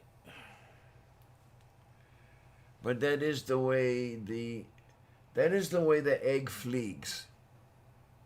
Sure. Why not? Yeah. Huh. So I'm still sort of glancing through this workbook with the robot, and it has a list of animations that are built in that it can play. And I couldn't help noticing that their go-to example sounds like something I'd be all kinds of into. Oh wait, let me look over at the other screen because it's larger. Okay then. Yeah, I'm just saying, you would be into if that, that's wouldn't what's you? built in is 80s music, oh, did I ever buy the right robot? Oh my. Oh man, Kitty, I used to love to play skee ball. Um, I have not had a chance to do so in many much years. I was never very good at it. Yeah, well, that was that whole thing. That's how they got your so they got your dimes or whatever it was. That every time you went back, you had to play to get your skill back, and then you could get one of those shitty little prizes that cost about like 2% of what you put into the machine. Alternately, I could just play a video game. Uh, oh, okay. Kitty says that Cy Strickling might take violin lessons from him through Skype. They discussed it a while Hmm. back. Violin, huh? I tried to learn guitar for a while, but my fingers started to really hurt, like a lot, from pressing Yes, those strings down. yes, that And I is decided that wasn't worth it. that's a very common complaint. Um, and then I guess you have to build the calluses. Mm-hmm. I tried learning guitar, but I can't get my fingers to work. Um, I don't have the coordination to move the fingers individually. Um, it, Thing is, coordination isn't just something you have, it's something you build. well, Coordination comes with practice. my my motor uh, area in the brain is broken. Are you sure that's the area that's broken? Well, it's one of them.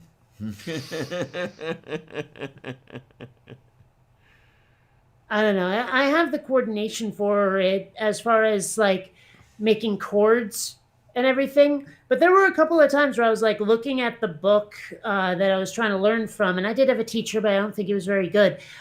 Where it said, "Okay, when you strum, skip string number 3," and I'm like, "How the frick do you skip a string when you strum?" Yeah. I didn't understand how that was even remotely possible.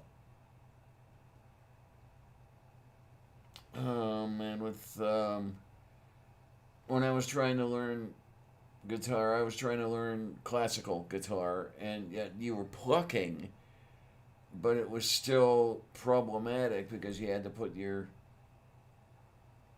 other fingers on the strings, and I had a hell of a problem doing that. Well, I was trying to learn how to play rock and roll, obviously, and it didn't go very well. I'd probably be better at lead guitar than rhythm, I think. Just Move. because you're playing like one note at a time. Mm. You know what I mean? Oh my.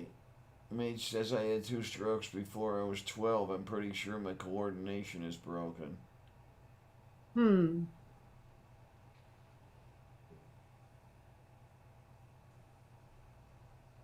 Yeah, I often wonder. Like, I see people playing piano, and like there are some things that they do where I'm wondering how you can.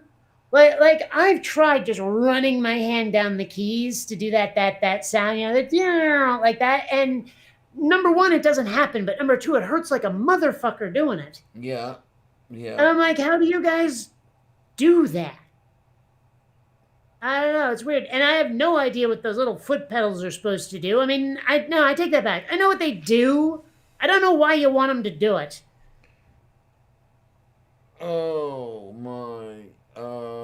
Well, the one on the right I found extremely useful because Okay. that lifts the dampers and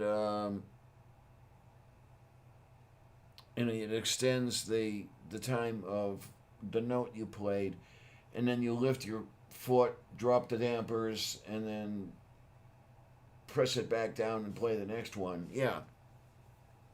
So you're saying it's a sustain pedal? Yeah, yeah, yeah. Okay. Well, I don't know. Too many of the people who learn piano use their skills for evil. As Mm-hmm. I'd rather hear you play Great Balls of Fire than I ever want to hear For Release ever again in my life. Oh, that was one of my favorites. Oh, I hate that song so much. It has one moment in it where it doesn't sound like what you play while you're committing suicide in a bathtub. One moment. The rest of it's like the most depressing song I've ever fucking heard. I'm sorry, but that is not a song I want to listen to. And if I was Elise, I'd be insulted. Someone wrote it for me. You know? What I but there was that one moment and then it goes back into sounding like some sort of murder spiral. It's like it has one moment where it sounds like it might possibly be a little bit in a major key. I hate that song so much. That and Green Sleeves. Oh, Oh, well, Green Sleeves. I'm like, oh my gosh, that is the most irritating song. Green Sleeves is overdone. Ugh. And as much as I enjoyed Pachelbel's Canon in D, I'm so sick and tired of every TV show and movie that can't secure the rights to Here Comes the Bride using it as their wedding march. Oh, well, it's a favorite of a lot of people, and they'll go to it first reach. It was just part of my alarm clock music this morning. Um, there's a Okay. little Baroque show every But Sunday. the point being is that it gets overused. Oh yeah. And I wish it wouldn't. There's actually a guy, I think his name's Rob Paravoni, and he's got a video on YouTube where he goes off on this rant about Paco Bell's Canon and how much he hates it I think I've because seen he it. was like the bass player or the cello player or something, and he just talks about how like, okay, so 16 times I have to play the same over and over. And he's like, it wouldn't be so bad, but it's everywhere. And he starts playing all of this popular music that uses Paco Bell's Canon as its basis. Yeah, You yeah, know? the chord progression. Yeah. Yeah, and it was just like a very amusing rant. He's like, and I won't even eat at Taco Bell. It's too close, kind of thing. Oh my. Well, hello. So I don't know. It's a great routine. If you like or hate Paco Bell's Canon, look up Rob Paravonian's rant about it. It's worth a watch. There you go. And hello, Scapegoat Iscariot. Do you Oh, like I it? love the Ravel's bolero. Bolero. The thing is, I've heard that name many times, but I couldn't identify it. Da, da, da, da, da, da, da, da, da, da, da, da, da, da, da, da, da. No. No, not a clue. That doesn't sound familiar at all. I remember though that okay in the Big Bang Theory, there's this one character named Barry Kripke who has a rather bad speech impediment where he can't pronounce certain letters, certain sounds properly, so R's come out as W's, that kind of thing. Like Okay. he's not Barry Kripke, he's Bowie Quipke, The you the know, when he says the his own Elmer name kind of Fudd thing. type thing. Yeah. More or less. Yeah. And so at one point, there's some characters who want to get married. And he happens to have the ballroom that they want to get married in reserved for like his birthday or something, right? And so he makes a bargain with them that they can have the hall as long as he can sing a certain song at the wedding. And so, like the characters that were making the bargain with him, they go back and they say, "Okay, we made a deal with Barry, and he'll let us use the hall as long as we let him sing Volare." Oh no. Leonard goes Volare. Oh my god, I never would have gotten that because obviously it came out like Vawawe, Uh. you know, but you didn't see that on screen. All you saw was the explanation and Leonard going like having that moment of, oh, that's what he was getting at. And I mean, obviously in the telling it's not nearly as funny as in the watching, but still, I saw Bolero and my brain went to Volare for some reason. Okay. Okay. I don't even really know what Volare is. I just know that when the wedding happened, Barry ended up singing that song that starts with "At last," and you expect people to sing it in Vegas. Okay. I'll take your word Da, for it. da, da, da, da, da, da, something like that. I don't know. Except that sounds like La Mer. I might be thinking of something else. I don't know. Oh my. But I'm I amazed. don't. I am amazed at how popular Volare was years ago here. Volare means fly. Okay. Yeah. It's like, Well, I don't even really know what the whole thing's about. I just know I've heard the name. okay. You know, Volare. Is it a play, an opera, a singer, an album? What the fuck is it? I think I'd have to go back and translate it from the Italian, but I think it's some guy singing about a fly. No, no, no, no, no, no, no. You misunderstand me. I mean, like, what is it? Like genre wise? Oh. Call it oldies, call it 60s, call it novelty music. Well, I'm seeing Dean Martin attached to it. I suppose he did it, covered it anyway. Here I we go. It's a popular Italian. So it's just that one song. Okay. Yeah, I forget the name of the guy who made it popular. It was somebody from Italy, but Uh, Dom- Domenico Madugno. okay then, got it. I don't know. I mean, the Domenico, I'm pretty sure of, but Madugno, Maduno. I don't know. Modugno. How the frig do you pronounce that? Badly. Wow. I'm looking at a picture of the guy, and it's like if he's not in the mob, he's selling you used cars. Yes, yes. Like, yeah.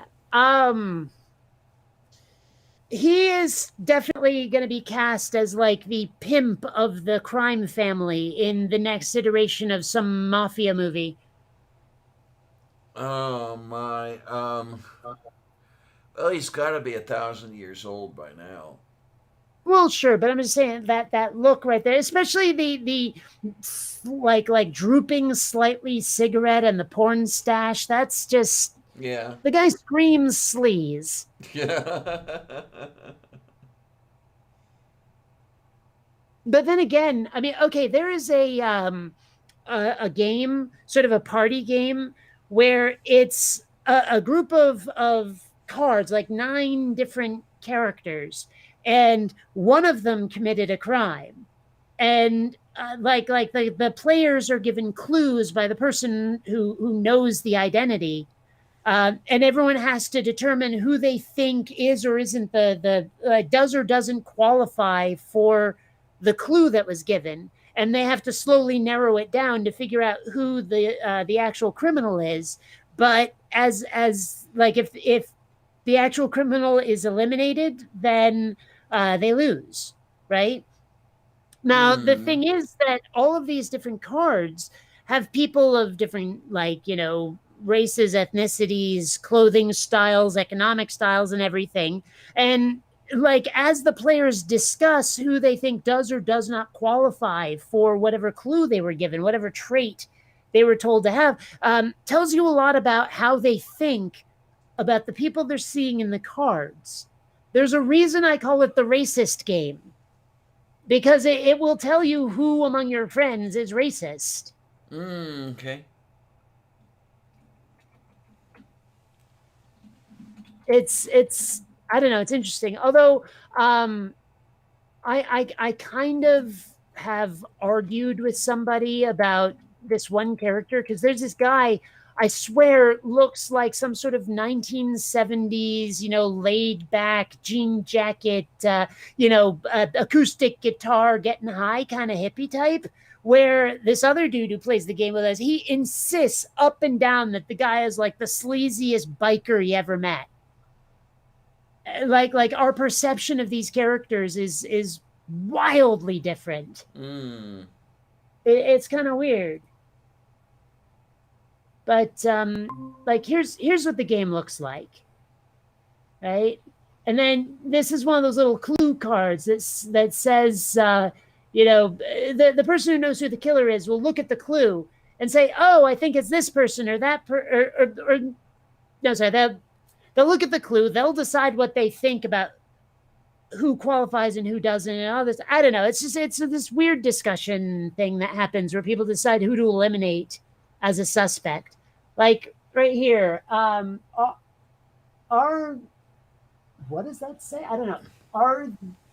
Are they? Oh, are they international? I think it says. Oh, and this guy right here is the one that I think is the hippie, and the other guy I think is the biker. Okay. Yeah, that's the guy. But I mean, if you look at these characters, you can start to get. I don't think those are actual cards from the game, unless they've revised it. But what you end up thinking about these characters and who they are and whether they qualify as this, that, or the other thing tells you a lot about a person. Yeah, here we go. Does he or she watch the Super Bowl? Is one of the questions. You have to determine from the cards that have been laid out here, which of these people do you think would watch the Super Bowl? And you say, oh, it would be this person, this person, this person, this person. Then you flip all over the ones that don't qualify, and then the person who knows who the killer is or who knows who the criminal is determines whether or not you've eliminated the actual suspect, and thus have flubbed your investigation, basically. Okay. So I mean, I'm just looking at this set, and I can tell you right now who I think wouldn't watch the Super Bowl. Like I'm looking at the granny here in the right here. I'm pretty sure she doesn't watch the Super Bowl. I'm guessing, but I actually probably Little Miss Snooty Pants here doesn't either. But I bet you this guy does. That's basically the way the game gets played, and it's just interesting to see people's perceptions of the various characters. Okay then. Yeah. I've never played that one. Well, it's probably there are certain, I don't know, you got to be in the right social circle, I guess, to really encounter this sort of game, I guess. Okay. Well, I So, mean, I have a game night that I went to before lockdown, and yeah. that was one of the many games we'd play. The many, many, many games we'd play. I never really had a social circle. I mean, a social triangle maybe at one point, but even then it was kind of lacking. Hmm. A social parallelogram. Yes. Hmm. Mage is not sure he'd be good at the game. Okay. Why Till, is that? well, we're going to have to wait till it explains. Honestly, I don't know if I'd like it that much either. Um, the thing is that you're judging on appearance. Hmm. And, That's part of the fun, actually, though, is to watch how other people perceive that appearance. uh-huh. It tells you a lot about the people you thought you knew. I wonder if in some cases it tells you too much. My point. Yeah. Yeah, caraya. I don't know. I enjoy playing it. I like the just the chatting back and forth part of it. Okay. Well, I think this person looks like that sort of person, and that sort of person usually doesn't watch the Super Bowl. Or there were even times where I'm like, well, I suspect that this person doesn't want to watch the Super Bowl, but they're in a relationship with someone who does, and they just sort of go along. Mm. That kind of it's just fun to make up those little stories. Like I remember when I was really little, when we drive past houses that we drove past all the time because they were between home and wherever we were going, and every time I would see them, I'd make up little stories about the people who lived in there based on the area around them and what it looked like the stuff they had on their yard and all of that. So I mean, I don't know. It's fun to make up those stories about the suspects in that card game as well. Okay. And it's not like you're going to end up hurting anybody. These aren't real people. Right. I mean, granted, I'm sure you can sort of, in principle, end up punching down while playing the game, but they're not real people, and you're not going to walk away thinking the game is real. People can compartmentalize. I can be the most horribly bigoted rat bastard for humor's sake, and Yes, I you can. believe none of it. I believe none of it.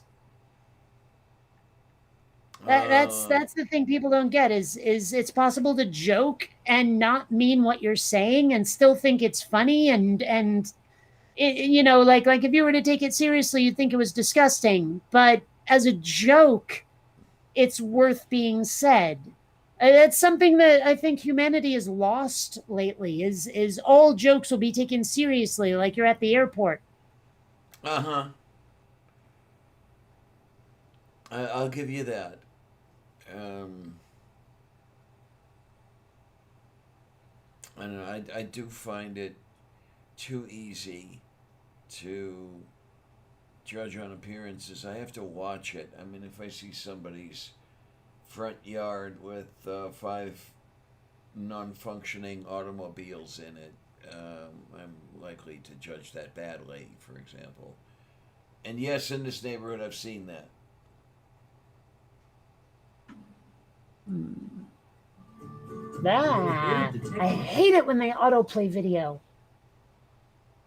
Yeah, whoever got I that was I was idea? looking at the card game, like I might want to buy a copy because I don't own one, and this video pops up, and I'm like, what the hell? Yeah, you get too much of that. Yeah, and I didn't want video. Or if you're gonna play video, at least start it with the sound off. Yeah. Hmm.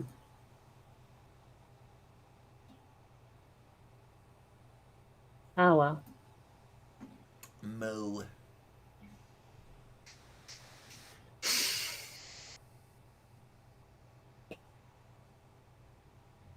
But then again, okay. Hmm.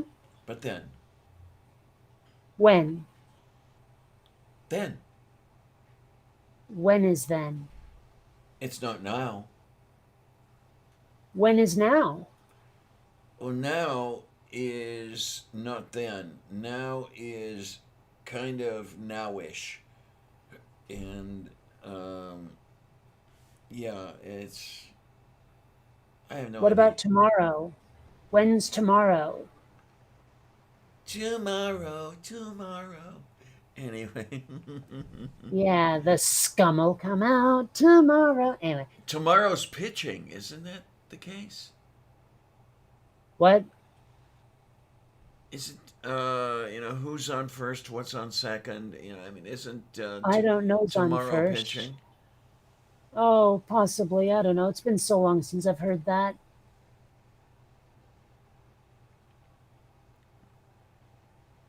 Oh my. Oh, Hmm. okay. Mate says now is when. Yes, indeed he Right. does. Indeed he does, Sickles. Hmm.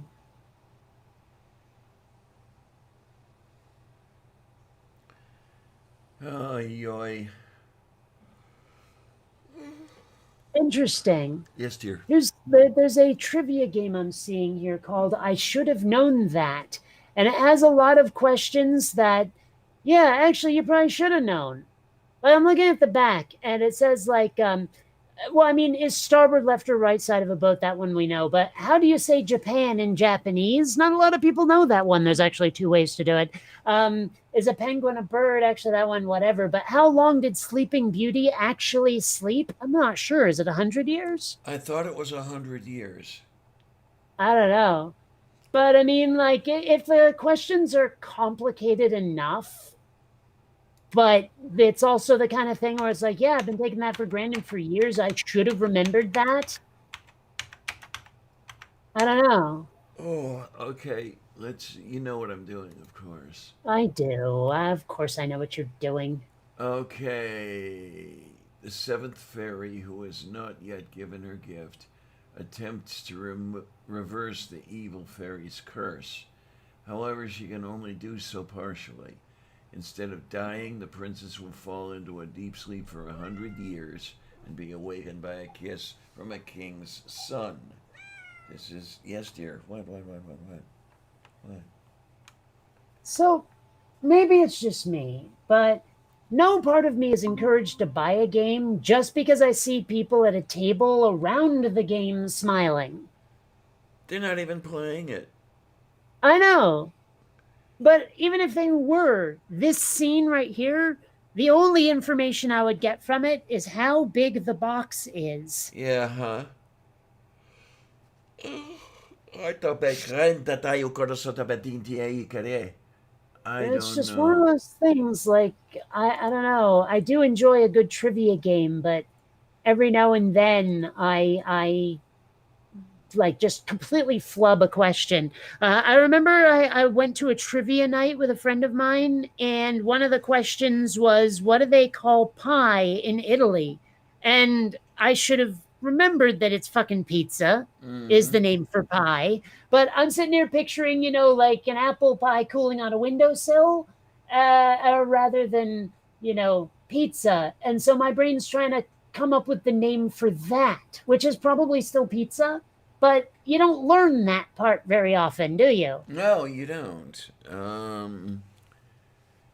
Well, this is interesting. What I will do Hmm. is, all right, Googly Translate, and we're going to go from English to Italian, and we're going to specify apple pie. You know what's kind of frustrating is that Unusual Suspects card game A seems to be out of print, so now you can only find it for $60 on eBay. Eek. But B, it's also like Google decides I'm going to be helpful and gives you the usual suspects as well. Hmm. Oh, this is And inter- I'm like, no, I did not want that. Please filter that out of my results. Thank you. But you can't just say, like leave out usual because there's a good chance that the website you're looking for will have the word usual on it somewhere. Yep. So, Now, this is interesting. Into the good old Google Translate, I placed apple pie, and it hmm, returns torta di mele. okay. So it's entirely possible that in this application, pie is torta. Let's find out. I'm just gonna go with, yeah. Oh yeah, I mean, if you just type in pie, it comes out torta. But if you type in pizza, it comes out pizza. I mean, that is one problem when English has adopted a foreign word. You can't necessarily get a better translation somehow. I don't know. Yeah. I would have loved if it really is torta, though. I would have loved to have been at that trivia night and stood up and gone, "Nah, it's not pizza, you bitch. It's torta. Here, look." That kind of thing. I've done that. But I've done that sort of thing. The other players usually don't like it. mm, well, there was a Patton Oswalt routine. I think I've mentioned it before, where he was taking like a math test, and the teacher tried to get creative and made a word problem about Star Trek. Right? It was like a calculating velocity and distance kind of problem. And the way his friend tells it is that Patton stands up and just storms from the back of the room down to the front where the teacher is at his desk. And he says something very pointed and very vehement, and then just stomps back up to his seat. And the teacher puts his head in his hands. And he's like, I've just been informed that Sulu is the one who fires the phasers on the Enterprise, not Chekhov. If this makes the problem impossible to solve, I will change the name of the crew member. I'll go off and just, ponder my life choices and forget all of you. I hate you. I gotta. It was funnier the way he delivered it, but yeah, it's that sort of like pedantic adherence to canon like that, and I uh, do it too, but not in math tests. oh my. Yeah, I've done that one with Trivial Pursuit question was what were the first words spoken from the surface of the moon? The card had card had Tranquility Base here. The Eagle has landed. No, those weren't the first words. The first words were contact light. Actually, I think the first words were "Oof! Did you have to land so hard?" That's just me. Oh my! Actually, okay, here we go. Neil landed that thing so softly that the struts did not compress the way they were designed to, and they had a hell of a jump to get back off the surface when they were doing their EVA. Um, Oh, I see what you're saying. Okay. yeah, because the struts were supposed to be shorter than they turned out to be, and that's because of the way Neil landed that thing. Hmm. Yeah, he was taking too much care. Oh well. I still love that quote, and I hope it's not apocryphal about like if you had any balls, your first transmission would be, "Oh my God, what is that?" Scream and turn it off. It's not apocryphal. It's real. I would so totally have pulled that shit. Like it Yeah, would probably get me cashiered, but I would have done it.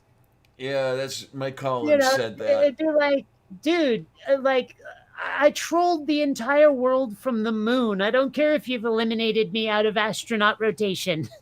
you know, I mean, Oh well, he was out of the rotation anyway because the rule was once you commanded an Apollo mission, you weren't going to fly another one. Um, why? those were the rules. I guess Why? I guess to give everybody a shot at it. Okay. Still, then I would have said, nah, not commanding. I want to keep going. Don't make me commander. Hmm.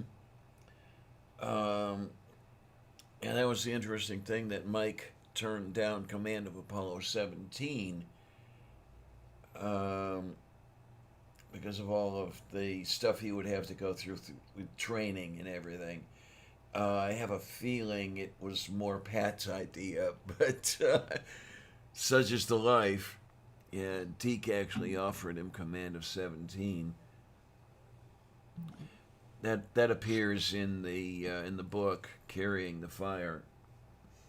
Something that comes up a lot in some of the like military sci-fi I've read is the people who go into one academy or another and decide they want to be ship commanders and all of that, and then they get promoted to admiral, and they all lament about how much they're gonna miss being like in direct captain's chair command of a Yes, ship because yes. they never will ever again because now they're an admiral and blah blah blah, and they love being an admiral, but darn it, I miss being the captain, kind of thing. Uh You know huh. that Oh that yeah. gets mentioned a lot in the sci-fi that I read. It's I don't know. It's real. Oh God, is it ever real?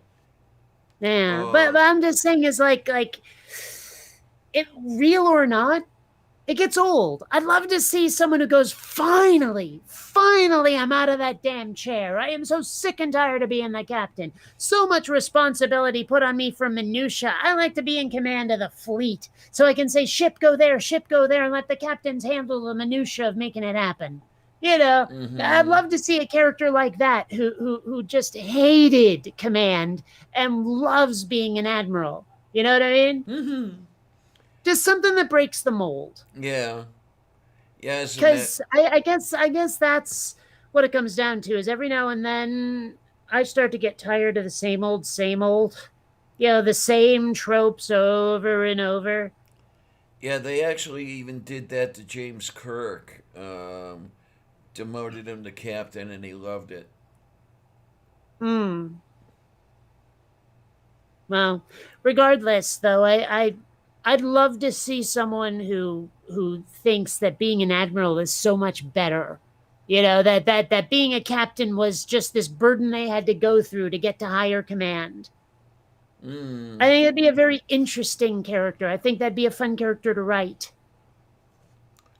Um, I suppose that there might be fewer complaints about being an admiral in wartime, since I Hmm. mean you do have command of a fleet and all that good stuff. But I'm not sure why that would be the factor, but okay. well, you're commanding more units. Yeah, but I think the comfort would come from having admirals' quarters on a big flagship as opposed to being the little ones out on the front. That too. I don't know. Yeah, you get to go night night on a carrier. I don't think I'd make a very good soldier of any sort, much less a sailor.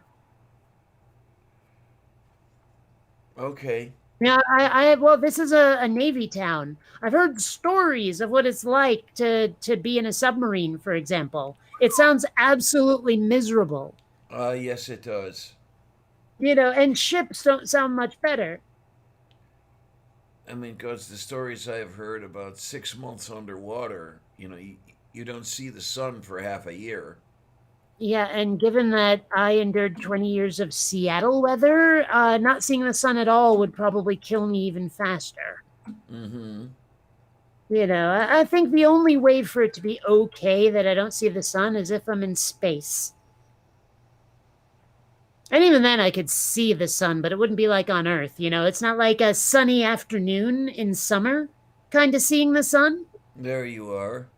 Yeah, So it's not the it's same. an immediately go blind from the bright Well, I light. mean, even if I was out in deep, deep, deep space, I might be able to spot the sun if I knew where it was, Mm. without the eye melting. Yeah. So, They say that sunrises and sunsets in space are quite what's the word I'm looking for? Profound, hmm. especially lunar. sunrises and sunsets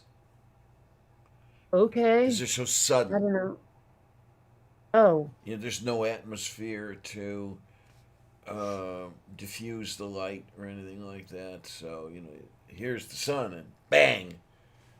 Hmm. It's weird. Like, I try to not, or rather, I try to be aware of when I'm in an echo chamber. You know what I mean? Like, I try to make sure that I'm not.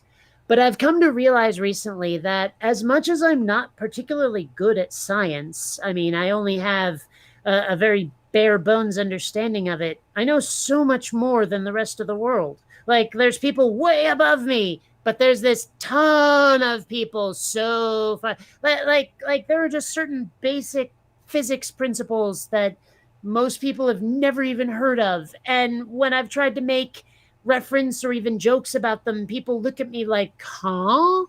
Like I had to explain that joke about this shirt is red if you run, or this shirt is blue if you run Oh fast enough to my yes, dad. yeah. I had to explain why, having two windows open over there and having another window open a crack over there helps airflow. Oh, okay, okay. That kind of thing. I'm like, I thought people knew these things and they don't. Yeah, science education has it's really gone down the tubes. I was kind of lucky in the sense that when I was young, one of the effects of the Cold War was that a lot of effort was put into science education, for the kids, Mm, uh, yeah. you know, because of those scary Soviets, and even in a Catholic school system, I got a fair science education. Not the best, but fair enough. A lot better than the kids get now. And I don't know, maybe we almost need a threat anymore. And an internal threat doesn't work that way. Well, it would have to be the right kind of threat too. I mean, one of the reasons or at least one of the reasons I'm convinced that nobody has done anything on climate change is that it's because it's just too much of a slow burn. Things don't react to what we do quickly enough on a global scale for us to realize we caused it. Like Okay. most people don't understand what automobile emissions will do to the ozone and why ozone is important and all of that. Yeah. And it's like you can't convince them your actions will cause this 30 years from now because they look at you like you're a palm reader or a fortune teller. They look at you like you've got a crystal ball and you're Yeah. just making predictions that are pulled straight out of your ass. And you can't have conversations with those sorts of people because they won't hear it. They're like, it was kind of like why I was saying that we needed COVID to be larger, something the rednecks could shoot, because then they'd Yeah. actually do something. But because it's this invisible silent killer that you really don't know is there, it's easy for them to pretend it isn't. Oh, wow. I was next to an anti vaxxer on the bus on the way home yesterday. Oh, that was a Mhm. joy. I'm not getting the vaccination because I don't know what's in it. It's like, Oh, yeah. Jesus, no, Christ, that's not why. Quit lying. Mm hmm. you know it's like what was the thing they keep saying is that they're afraid people who are vaccinated can spread germ stem cells on people or some shit. And I'm Yes. like, why not just do that? You hurt stem cells, ha ha, you're gonna get COVID from me, bitch. I don't know. Oy Someone like, vey. I'm sick and tired of people getting aggro in my direction, so I'm like not taking anybody's shit anymore. Not that I ever did, but it's like take that up to another level, you know what I Mm mean? hmm. Mm hmm. I'm just so sick and tired of the way people behave these days towards others. Oh, man. Randy says, I used to know some physics. How you doing, honey? Oh, my, oh, my.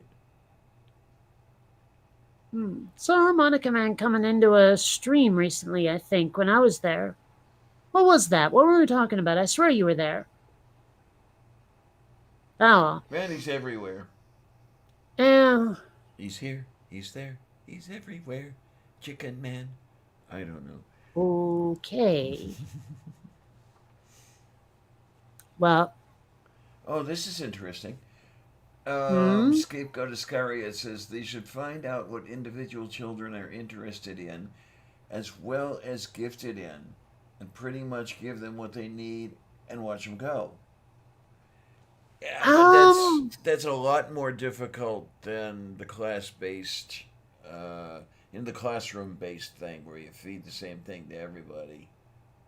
well, and also, I mean, if that had been done when I was younger, I'd probably be in a very different field. I don't know that kids can necessarily be like they don't necessarily know what they need to know to make the right choices career wise. You know what I Well, mean? that Like too. I would have made a really shitty career choice when I was younger, just because what I wanted to do and what I can do are not necessarily the same thing.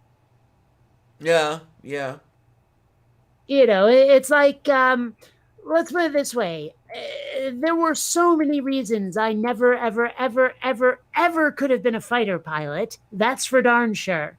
Number one, too tall. Number two, too much vagina. Number three, these eyes were like, they needed to be LASIKed. I wore contacts from like high school until what, 2, 3 years ago, and glasses before that. So I mean, whenever the teachers would like the guidance counselors, whatever, you can do whatever you want to do. You can be whatever you want to be. I was like, no, I No, you fucking can't. can't. If I wanted to be, say, a ballet dancer, I couldn't. Too tall, too much tit. You know, Mm. it's not going to happen. There's just physical realities that get in the way of doing whatever the hell you want to do. Yeah, I definitely could not have pursued my love of career love, whatever. I wanted to apply to the astronaut corps, and to do that at the time, you had to be a high performance test pilot, which Mm-hmm. for me would have been be a Navy flyer first, but my vision was shit from the age of 7 on, and it was just not going to happen. Yeah. So there was a lot of that going Oh, on. Purple's here. Oh, Hi, hey. Purple, honey. So yeah, I mean, there's definitely a lot of lying that's done to children about their futures. Yes, yeah, And it absolutely. sounds great. I mean, it's a great Sesame Street Mr. Rogers message that you can be whatever you want to be, but it's not borne out in reality. Be all that you can be. Anyway, Yes, yes, yes. No, but seriously, I mean, don't get me wrong. I love being an animator. I think it's the best thing. But there are other things I would have loved to have done that were just simply out of reach. Sometimes even just simply because of money. yeah, I yeah, mean, I would love to get into more complicated robotics, but that's going to take cash I don't have. yeah, absolutely. And that's actually something I said on Twitter recently is I don't want money to have money. I want money because of what it can do for me. Mm-hmm. You know, it opens doors. It lets you do stuff you couldn't otherwise do. And there's been a lot of reporting lately about how expensive it is to be poor. All the things like, Yes, predatory payday loans, living paycheck to paycheck, overdraft fees, et cetera, et cetera. It's just, there is this weapons grade tax on poor people. yes, there is, and that is Just getting around efficiently if you live in a big city is next to impossible on a budget, even with buses. yeah. Oh, absolutely, absolutely, and They're I saying you're kind of quiet again, by the way. oh, okay, we'll fix that. Uh, Yes, even quieter now. Can't hear you at all. It's fixed. okay, there we go. Let's hope that helps. Yeah, of course, now they can't hear you at all. There you go. That's what they're after anyway, isn't it? But Uh, even I've noticed in my personal situation, getting here and there, um, taking a bus isn't always the cheapest option. And sometimes in this town, taking a bus will take you 2 hours to go 6 miles, and you end up taking an Uber for $30 one way. Well, and I also I missed but okay, I haven't ridden the bus in quite some time simply because the bus system here versus Seattle is so terrible. Okay. Um, but last time I looked at bus prices, it was insane. It was like $2.50, $3 or some Yes. crazy Yes. like to ride the bus. Yeah. And I mean, and even when I was in Seattle, I was still having the seizures. I qualified as disabled, so I got a discount on my card. Uh huh. I mean, now I can legally drive again, so that's not open to me. But there was a time when I was riding the bus for like $1 a trip simply because I couldn't drive. Yeah. I have a half fare card. And that makes things a lot nicer. But uh, to take one trip on the bus here is, memory serves me, it's 275 if you put pictures of dead presidents into the fare box, and 250 if you use a fare card. Um, and it's What if still, you use an unfair card? well, yeah, if you use an unfair card, then it's 275 again because it's less than Hmm. fair. Yeah. What if you Uh, use a card that's like ginger or possibly brunette? now you're really talking about some cash. Yeah, it costs you $10 to go across town. Oh man, Colleen remembers when it was a quarter a trip where she lived. Colleen, honey, I remember 15 cents. Hmm. It It was dr- definitely under $1 when I was a kid in Vermont.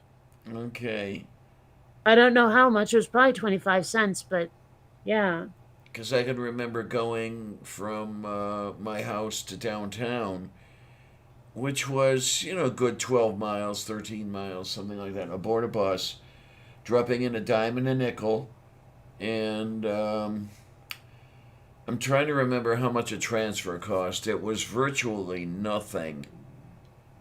They Uh, didn't charge us for transfers in Seattle. When you would get on the bus, they just on this little thing that like said when it expired. Like so they'd rip the little ticket at the time when it expires, and every hour they'd have to shift it forward a little bit, so they'd rip it at a different hour. yes, They I just hand you remember.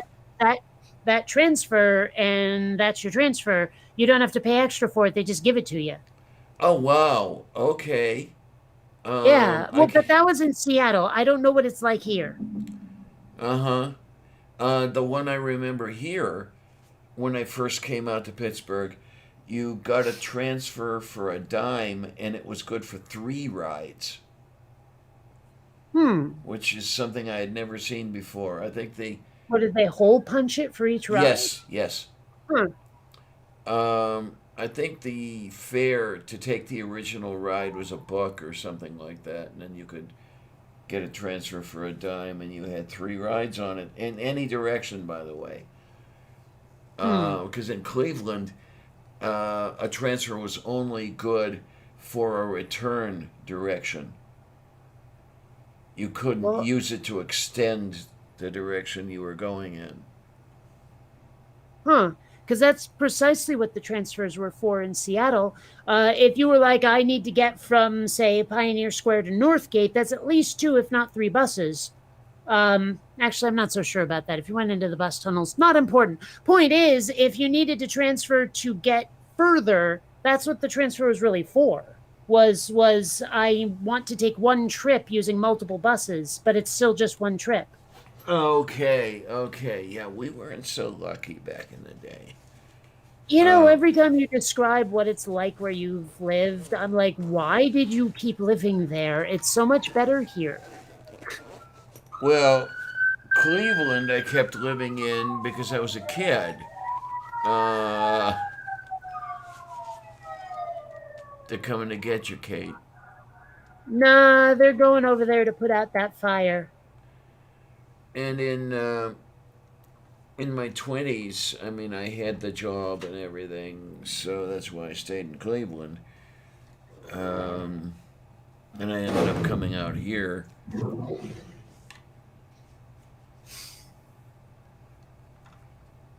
But oh well, you know. Here, Yeah. let's do it this way. Okay, now we're talking. And yeah, it's I've lived in some interestingly crappy places. Hmm. Oh, I don't know. The only thing is, I wouldn't be able to afford California, really.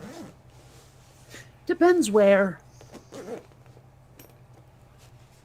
I mean, you're not going to live in San Francisco or San Diego or LA. That's for damn Oh, sure. that's for damn sure. Yeah, but I thought even But Sacramento or well, let's put it this way: you're going to have to live somewhere kind of podunk.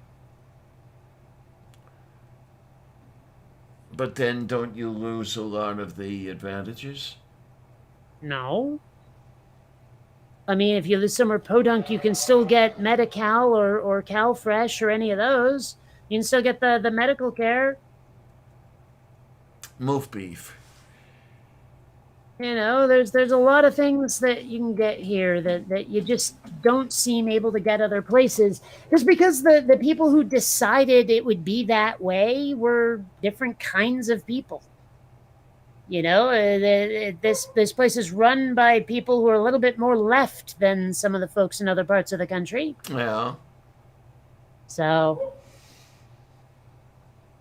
I don't know. There's times I honestly think that the United States just needs to break up into two separate countries that, represents the different poles of the political spectrum because we're never going to get along at this point. I don't see any way to get along between right wingers and left wingers. What we want is just two anathema to each other. Yeah, I mean, at this point, you're absolutely right.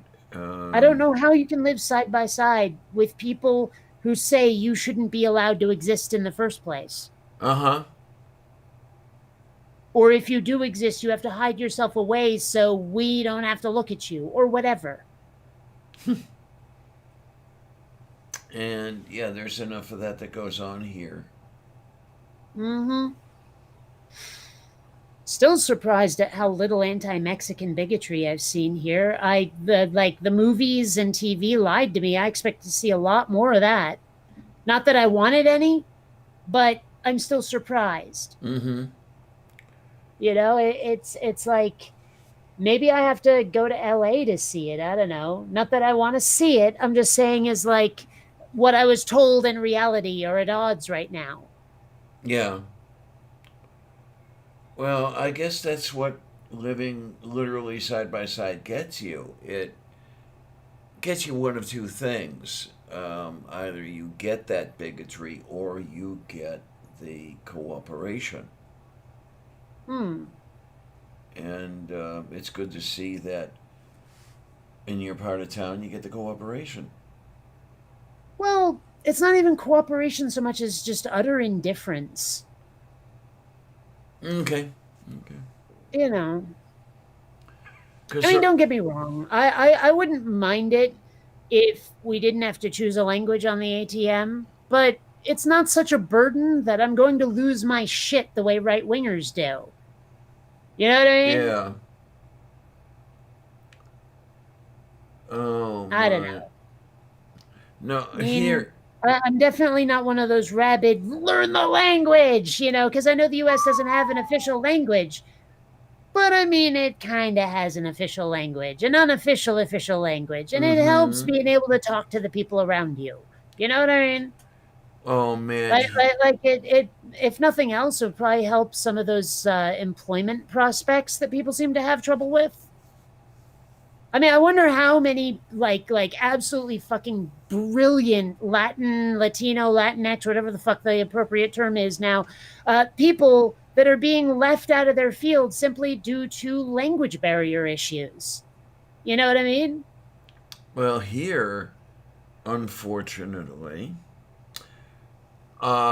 if you hear couple people speaking, conversing in Spanish, you will invariably see somebody spin their head around and say, not necessarily under their breath, with, learn damned English, will you? Mm. Um, and when I see that sort of thing, my heart just sinks, because Mm. why can't you, without a problem, talk to your friend in a language that's more comfortable to you? My grandparents did it. They spoke Slovak at home, when they wanted to be understood by those who didn't speak Slovak, they spoke English. I think part of it is just well, I'm sure part of it is paranoia. How do I know you're not talking about me behind my back? I'm sure there's part of that. And I guess part of it is probably national pride. This is America, damn it, one of those things. Um, I don't know. I mean, when you look at the right wing, you get a lot of the territorial loyalty kind of, they definitely value a certain amount of homogeneity in their group. You know what I mean? And so Yeah, like there's probably a lot of that going on. I mean, I'm sure there's a lot of reasons for it. Um, but I mean, I in a weird way I empathize a little. Like, why would you move to another country and then not learn the language most of them speak? That seems a little odd to do. oh, right, right. I'm with you on that one. Like I would never move to Japan without getting fluent first, or at least have enough so that when I went there, I could talk to people. Yeah, yeah, I get that, and there's a You very know, good rationale there. I mean, Um, this is all for me. It's just utility. It's not even like a moral thing. It's just this makes shit easier. hmm I mean, like if I go to a foreign country, I'm going to learn the language so that I'm not a burden on other people. I mean, You know what I mean? that's one of the reasons that if I could run away and be accepted, um, offshore, it would be in a place like Germany or Austria, or Belgium, where I could make myself understood auf Deutsch. Um, it would take a little work to get it back, but it wouldn't take that much work. It wouldn't be a cold start like trying to learn Hebrew. You know? Hmm. In this day and age, though, shouldn't it be they brew? Yeah, pretty much. You know, I don't know. I'm sorry. Like as much as I agree with all of the like let's have gender equality stuff, the language purity stuff has gotten to such extreme levels where I have to make fun of us for it. You know what I mean? Mm-hmm. It's like like that argument I was having about the survival sex work with people. That's not a term everyone knows automatically. Survival sex work, you Right, know. right. And if you get aggro with people who had a moment of wait a minute, I misunderstood that at first, you're shooting yourself in the foot. And I'm thinking like. The people that lose it if you don't know the right pronoun right away without being told, if people can't say, I prefer fill in the blank like that, actually, I prefer, could you just, thanks, that kind of like gently just sort of nudge people in the right direction so they don't feel like they're being called out. You know what I mean? Yeah, huh? It's like, I hate that we have to have kid gloves with the haters, but if you don't, you're just going to make them hate even more. Yeah, huh? And it'd be Definitely. nice to be able to say, well, now you're the marginalized ones for all your hatred, but the world doesn't work like that, unfortunately. They're the ones with all the power at the moment. So, like it or not, you kind of gotta cater to their insecurities a little. I don't like that, but I don't know how else to achieve victory short of an armed conflict, and they have all the guns. Yeah, that's the unfortunate thing. So unfortunately, we have to go through difficult to get to easy first. Seems frustrating and counterintuitive, but it's true. I'm almost thinking that the left, if you will, are working against your own interests in trying to legislate and enforce strict gun regulations because they may need those guns pretty damn soon. Yeah, well, I don't like the gun control issue for me is weird because I see some of what both sides are saying, and the only thing I can conclude is that they're both insane, and the only thing I want is for fewer people to get shot, and I don't know how to do it. But I do know that what we're doing right now isn't working. Well, In fact, things are getting worse. How many mass shootings have we had? They've been almost daily at this point. well, there's something, and I'm going to get into a lot of trouble for saying this, but I'll say it anyway. I have to wonder if part of the increase in the number of mass shootings is the redefinition of mass shooting. Um, isn't it the case that if you kill two people, it's a Well, mass shooting now?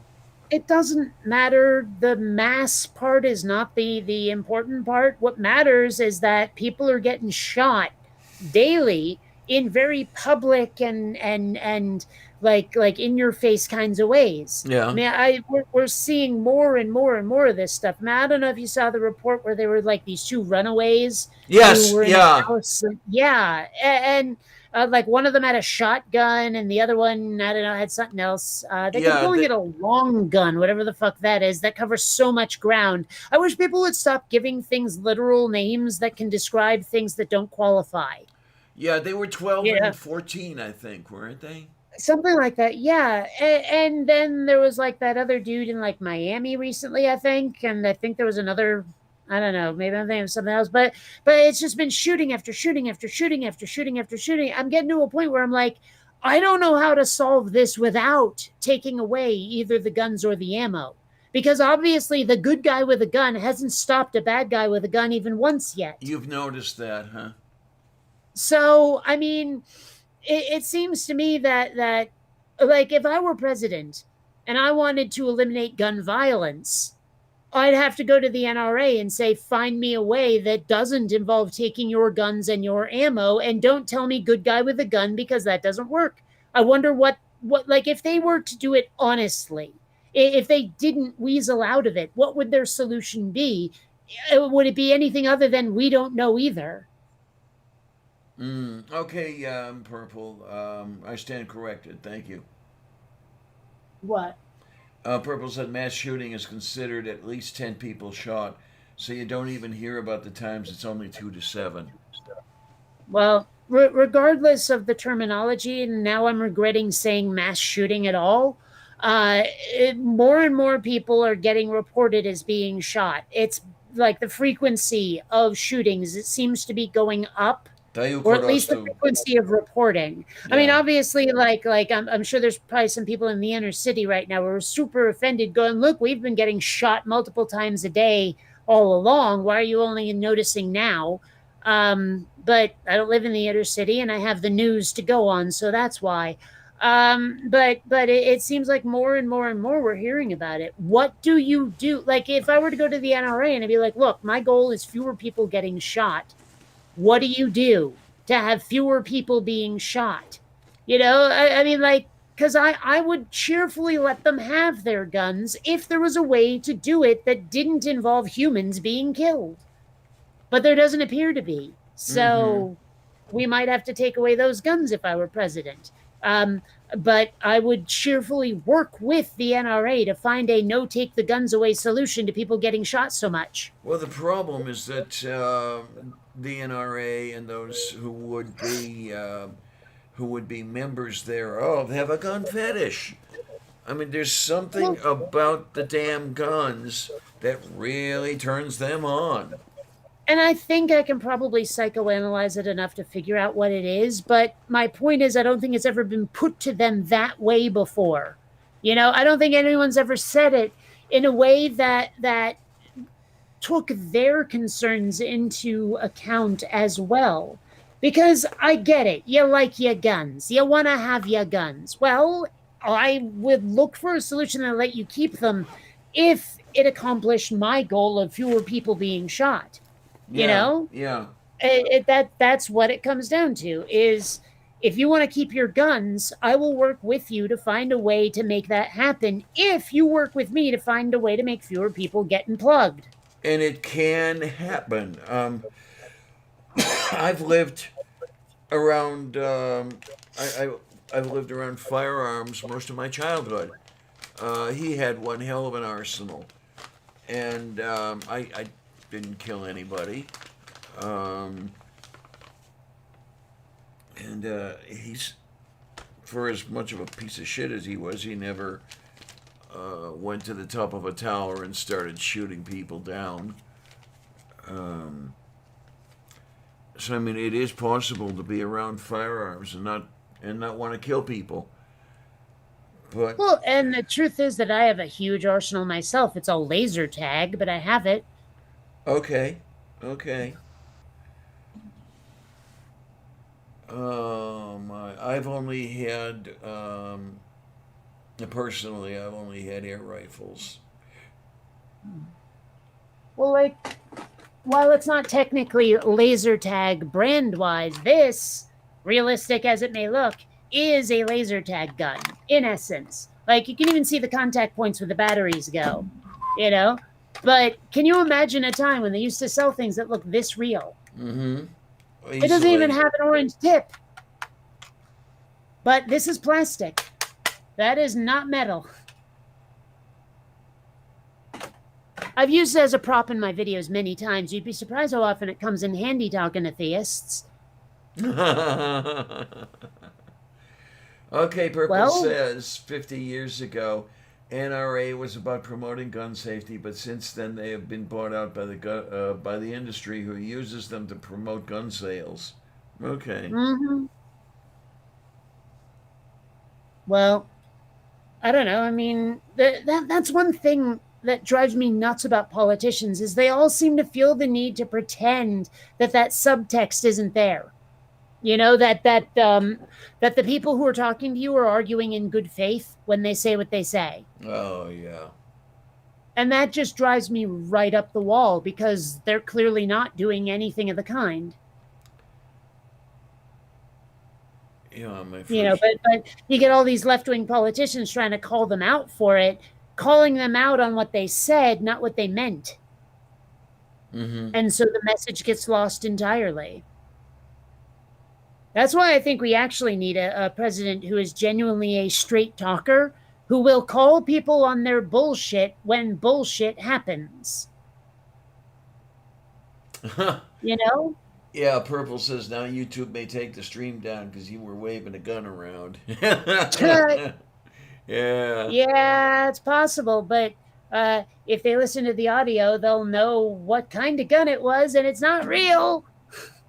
Like they're gonna pay attention. Oh, come on. Actually, you'd be surprised. I've gotten a fair number of videos reinstated after the algorithm said "nuh-uh." Okay. Okay. Yeah. And also in my videos, I would if I ever used that gun, inevitably I'd be like, "Oh, by the way, it's plastic. Chill out, knock knock." Like that. Nah, So huh. Yeah. Move beef. yeah. Or as they say in the old country, move for beef. Anyway. Hey, you move a beef over here. Ah, you move hey, manja, manja. You get too skinny. Yeah, I was Oh raised by God, Italians I was and raised. Jews. I Actually, I got to tell you, the slang that comes out of my mouth sometimes that mixes Yiddish and Italian. Whoa. Well, like, because Xander frequently has to be encouraged to eat. It's really weird. He will stand there looking at his bowl, and then he'll look at me, look at his bowl. He doesn't start eating until I go like, hey, manja, manja, you little putz. Like that. It's just weird, this hybrid slang, and every now and then, like maybe some Japanese will come out, and then maybe some Farscape slang, sci-fi slang. So it's like I can combine all kinds of wacky ways to say stuff till most of you won't understand me unless you've watched enough sci-fi and know enough foreign languages. Dayo Korostu. It's actually something that was brought up in The Moon is a Harsh Mistress, I think it was, although it might have been Gateway. Very similar themes, those books. But there was this whole thing where it was such a mishmash of cultures that you would hear people switch languages in the middle of sentences all the time. Uh-huh. Like it was this polyglot of just language after language that got merged into a single tongue. Well, I grew up hearing words from Slovak and Polish interspersed into the English sentences. Well, you've called me out on it. I still do it. And that was just a quite normal thing. But I don't know exactly where I'm going with this. But yeah, it's Well, I just know that I prefer my Vox to be faster, okay. as opposed to all those slow Vox. Moof beef, yes, I like fast Vox, you see. yes. It's not nearly as funny as I hope. Fast Fox who use dish rags instead of pomitek, huh? Hmm? Well, referring back to what I was talking about earlier, the interspersing words, you're talking about Fast Fox, and you want Fast Fox who use dish rags instead of pomitex, because that's what a pomitek was dish rag. Okay. Yeah. I don't get what you're trying to say, but all right. That refers back to the interspersing the words. Okay. Sure. Moo. I don't know. For me, my thing is I would rather be understood than necessarily say things exactly the way I want to say them. I'd rather get my point across than like let's put it this way. I care a lot more about the ends than the means when it comes to being understood. If I have to say something in a way that I don't wanna, sometimes I'll do it and sometimes I won't. But if it's the only way to be understood by somebody, because their mental map is different in some fashion, I'd rather say it the way they'll understand it than the way I'd prefer to say it. Moo. Just because I want to keep the conversation flowing. I want to keep the conversation going in a way that everyone feels they can, keep up, kind of thing. Mm. But if I start expressing myself in ways that other people find bogglesome, I'm getting in my own way. Oh my! And then let's see what Purple has to say here. Purple says, "With a small channel, good luck having a human to ever review anything. My channel got deleted twice, and I never got anything but a letter from a bot. Yeah, I could just see that. Hey, Purple, Q." Anyway, I don't know. That one's never happened to me. In fact, I'm trying to think of, I've only had a few videos that got, perma deleted. okay. But most of them, after human review, they go, oh, yeah, the algorithm did shit the bed, didn't it? It happens a lot. Although now, because I'm not actually making controversial content, stuff gets monetized right away. Like all of my animation demo videos and all of those, that's just instantaneous. Okay, so it's basically like making cat videos, huh? Yeah, they wanted YouTube to be that. Google did. The people who made YouTube originally before Google bought it envisioned it as much more of a free speech platform, right? Then Google comes in and they have a profit motive. And what they've ended up doing is saying, okay, if you're a regular user, yeah, you make cat videos and amusing little like funny animations and shit like that. But if you try to become like an independent news outlet, forget it. We're strangling you with our algorithm because we want authoritative news sources to be promoted ahead of you. So basically, there are two separate algorithms for, say, CNN, Fox, and MSNBC versus, like, say, Secular Talk and Jimmy Dore. Uh huh. So it's a constant battle against that because apparently Google has decided to declare themselves the arbiter of false information. Hmm. So frustrating. Yes. But I mean, now at least for me, I'm making the kind of content they don't consider marginal, so I'm in a better position. I just need to start finishing some animation as opposed to just making it. Okay then. And yeah, that's an interesting way to put it. To start finishing. When are you ever finished finishing? When you're done, you're finished finishing if something gets completed. Okay then. You know, look at this. I'm putting the finishing touches on it. And when I'm done, it'll be done. I'm finished when I've finished the finishes. So how does one distinguish that from starting to finish? Oh, well, starting to finish involves going to classes and learning the language with other people. I don't know Oh, very much Finnish, okay, actually. okay, Only a okay. little. I can count to three. I can't even do that. In fact, I'm trying to remember, like, I'm mixing Finnish and Swedish in my head right now, and that's not helping.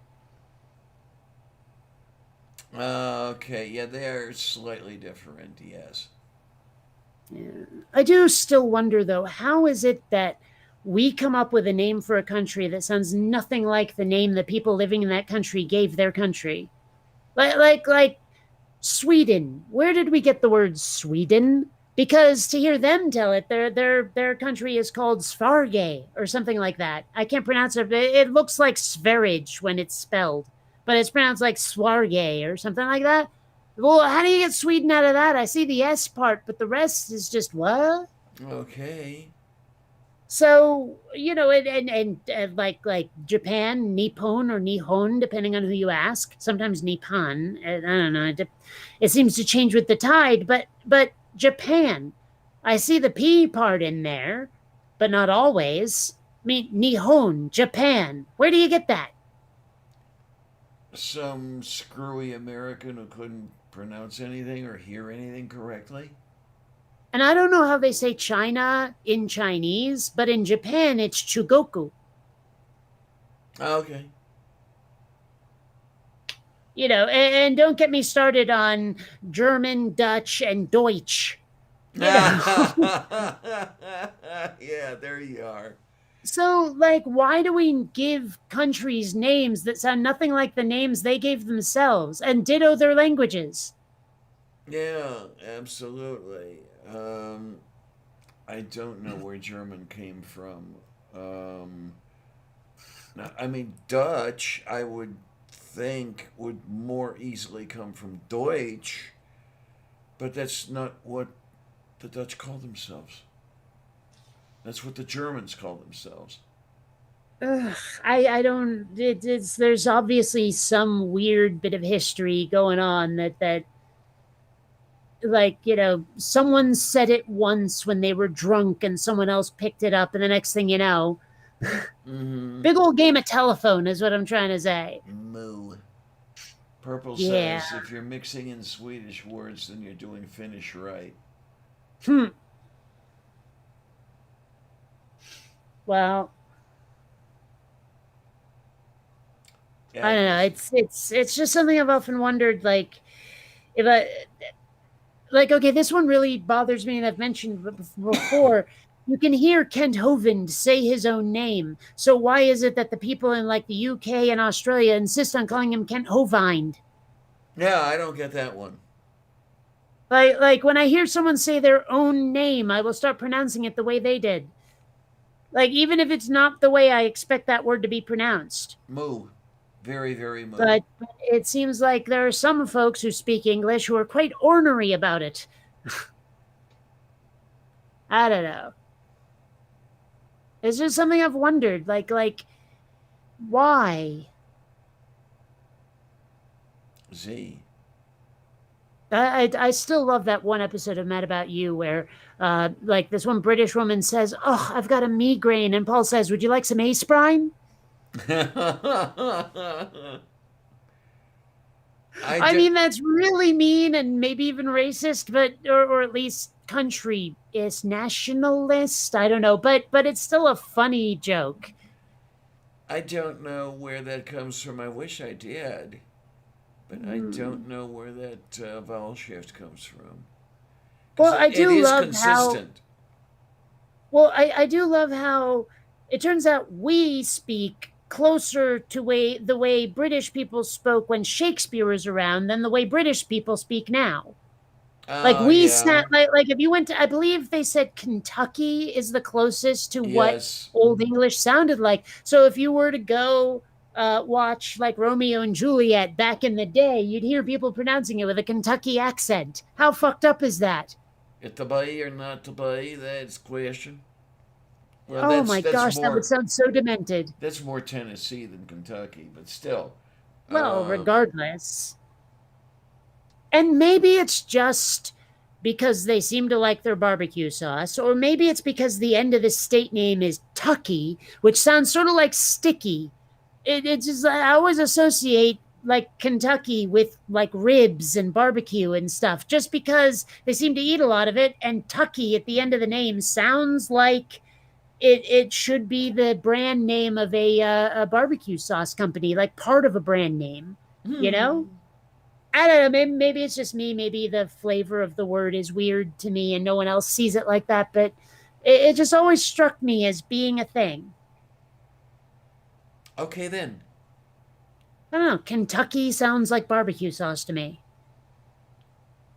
I'm gonna have to write that one down. Like, I don't know if you've noticed on Twitter, I've been putting up weird crap I said today as a hashtag. And Alrighty. that sounds like something, Kentucky sounds like barbecue. I don't know. It's something I've been doing. Well, ribs reminds me of Red Keg, Michigan. Of Uh, what now? barbecued ribs reminds me of Red Cake, Michigan, because there was a guy that had a rib place, might still have it up there, called Billy Bones, who made some All right. fantastic, absolutely fantastic barbecued ribs.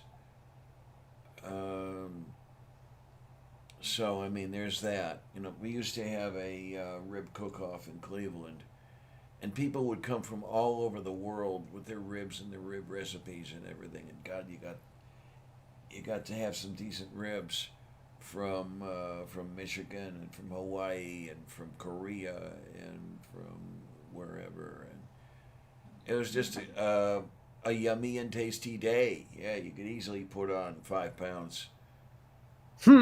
So I actually they sell at the supermarket like ribs in this sort of like heated place where they also have like roast chicken and stuff. Mm-hmm. And every now and then I'll buy some like maybe once or twice a year and make them last 2 or 3 days. Okay then. Yeah, I'm gonna have to barbecue a rack of ribs before the summer's over. I haven't done that in a long time. I used to make some really, really, really good country ribs, if I must say it myself. I used to make my own sauce, and it's been too long since I've done that. Hmm. I don't know. I every time I try to make my own fill in the blank, it usually comes out kind of crappy. Although I have done rather well with curry, so there is that. But I'd rather just buy barbecue sauce. Usually the brand name stuff tastes like what I want anyway, and trying to recreate it at home is just an exercise in futility. Moo. Okay. So, Yeah, my country rib sauce tasted like nothing you could get in the store, and that's either good or bad, depending on who you are. I liked it. Um, Well, I have been spending a bit too much money, I think, on some of the PF Chang's sauces that they put in the supermarket because I bought some Kung Pao sauce, and I was like, "Oh, you and me are gonna have a lot of fun," okay, you know. then. And there's also like you can get the really thick teriyaki sauce too, Okay. like as opposed to the stuff that's the same consistency as soy sauce. Yeah. And it's just it's nice to be able to, and but I'm spending too much money on it because, well, I mean, I like it a lot. That's one reason. But at the same time, I'm also kind of saving money because it's really expensive to make your own. We've had that talk before. You Yes, know we what those have. ingredients Oh, my cost. word, yes. Oh, yeah. Yeah. I mean, unless you're making Chinese sauces in bulk, it's not cost effective. Just buy the pre-made stuff. Mm-hmm. I mean, the only way to make it cost effective is to sell it. Especially since most of those ingredients only come in like these gigantic containers. So you'll end up with like this 2-gallon vat of whatever sauce it was by the time you're done. Yep. There are so few recipes out there for one person. It's almost inevitably like a 4-family meal.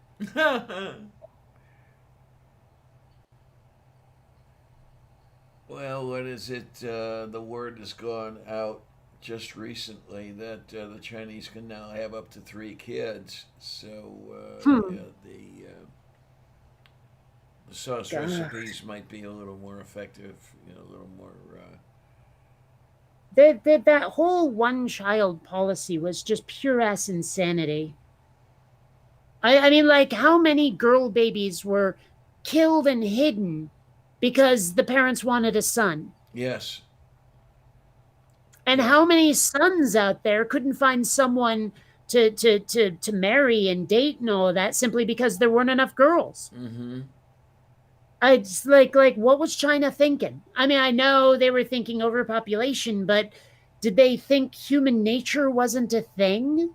I know that's kind of part of some communist systems, but really, I mean, when you start thinking of humans as cogs in a machine, you've already lost the plot. Oh, we're gonna have to talk, Purple, because Hmm? Purple says I can't find a good sauce for General Tso. Um, I like the sauce that I made. Um, I couldn't rattle off the recipe to you right now. I don't remember exactly what it is. It involves quite a bit of soy sauce and cornstarch, but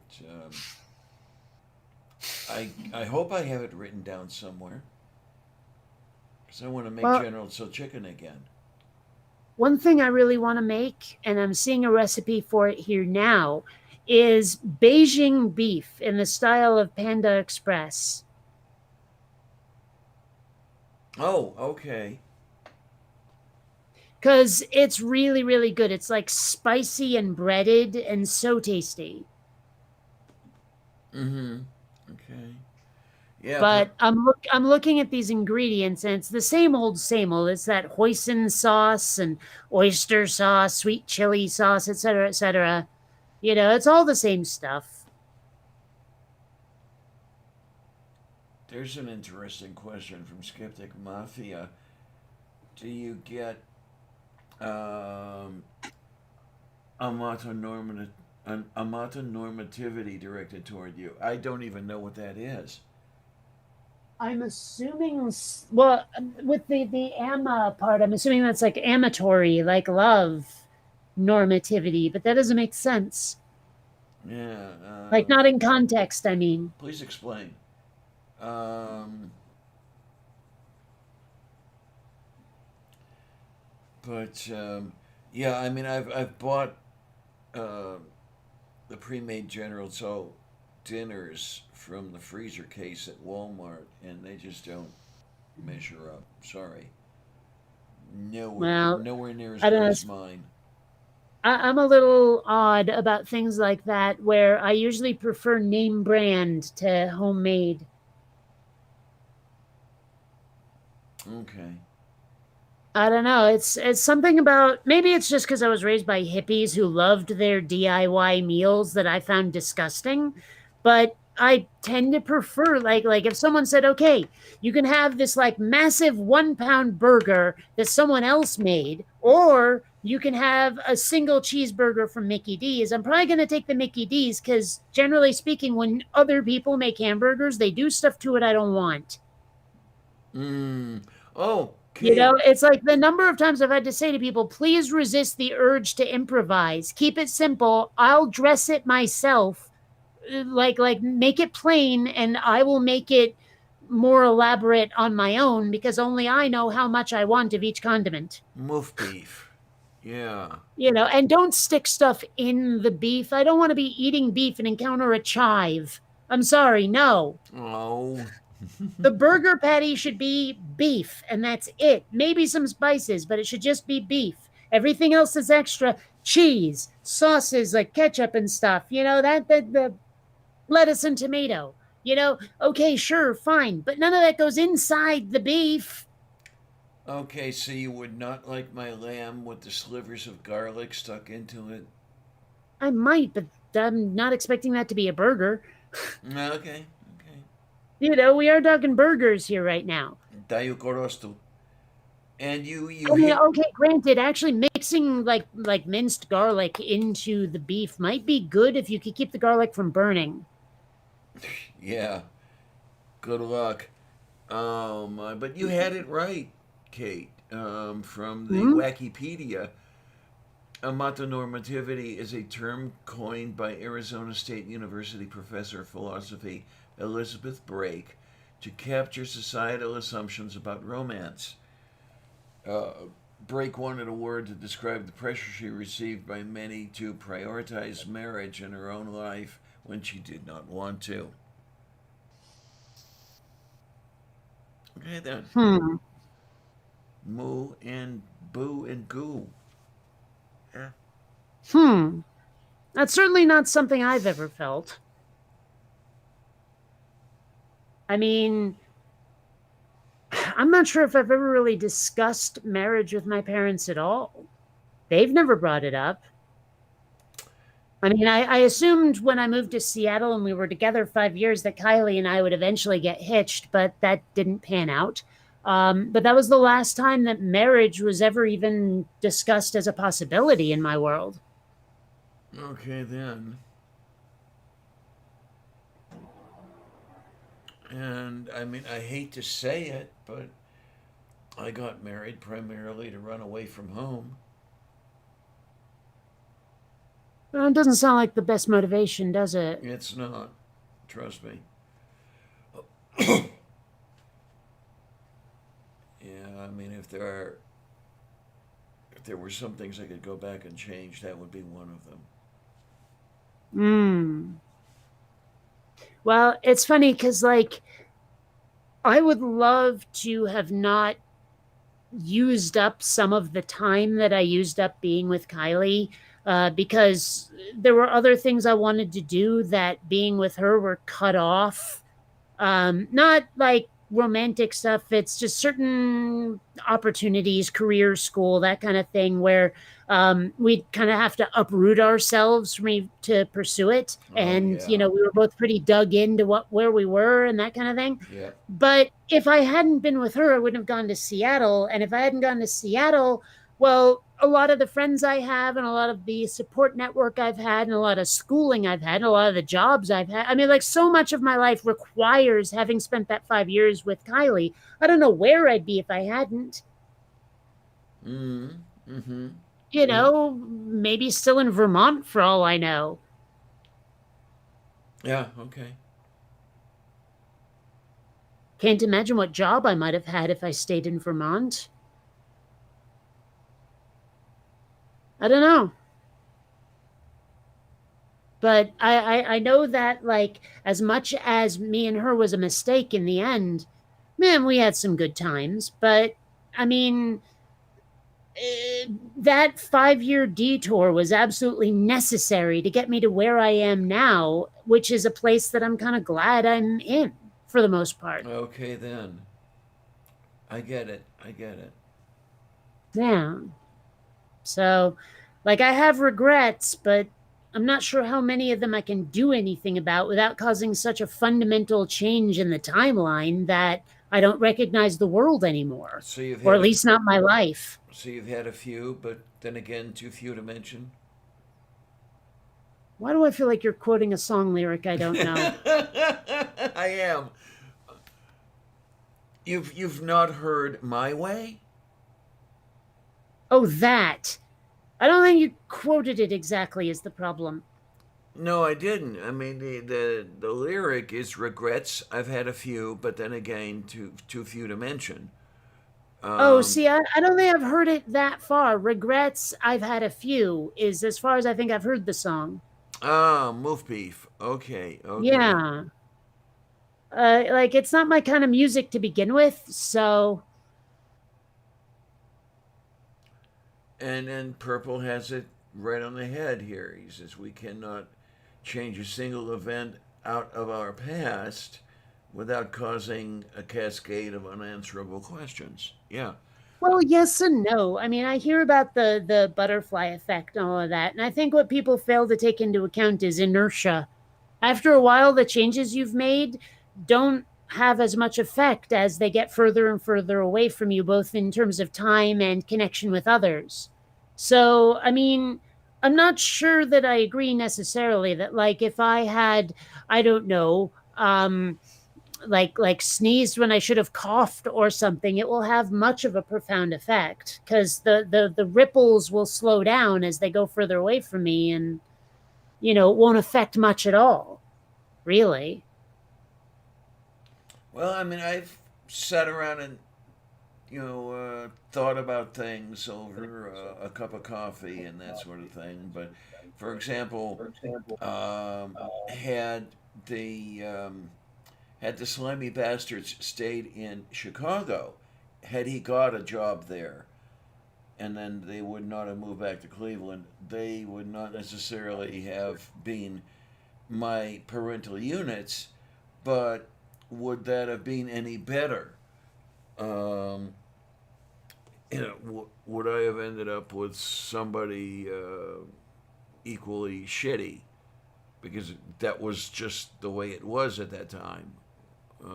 I don't know. Hmm. Yeah, well, I mean, parenting was definitely different back in the early 1900s, Mm-hmm. 1907 or whenever Yep. you were born. Yep. So, I mean, I don't know. I don't know. I wonder what it would have been like if there had been more families at the adoption agency when I was being adopted. Because I know I've told you the story about how there were two kids and two sets of parents. Right. Well, if there had been more, I might not have ended up with my parents. There might have been some sort of weird lottery or something. I don't know. And not like the lottery. Oh no, you don't want that. No, no, no, no. It's No. kind of That is one fucked up short story. isn't it though?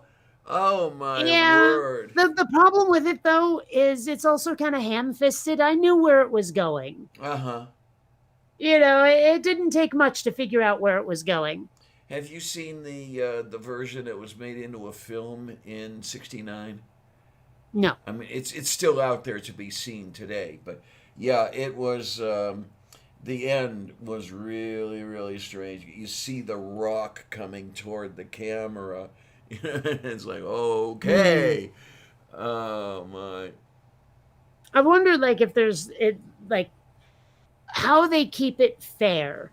Someone says, "Bye guys, I'm going on vacation. I'll be back in 2 weeks after the lottery's done." Yeah. And then they'd be like, "Okay, when that dude gets back, we're stoning his ass." Uh You know? huh.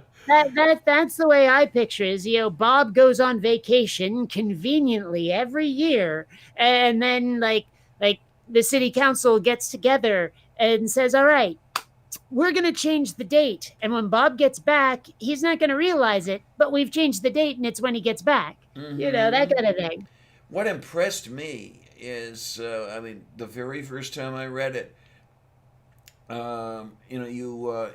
you're drawing lots, and then you got, the family is the first to be selected. And then from the family, the various people are drawing the lots, and how the family members are so relieved and happy when it's not them. Well, wouldn't you be?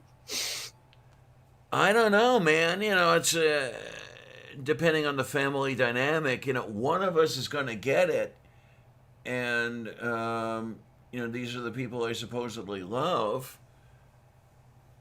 So I don't know if there's a valid cause for relief there.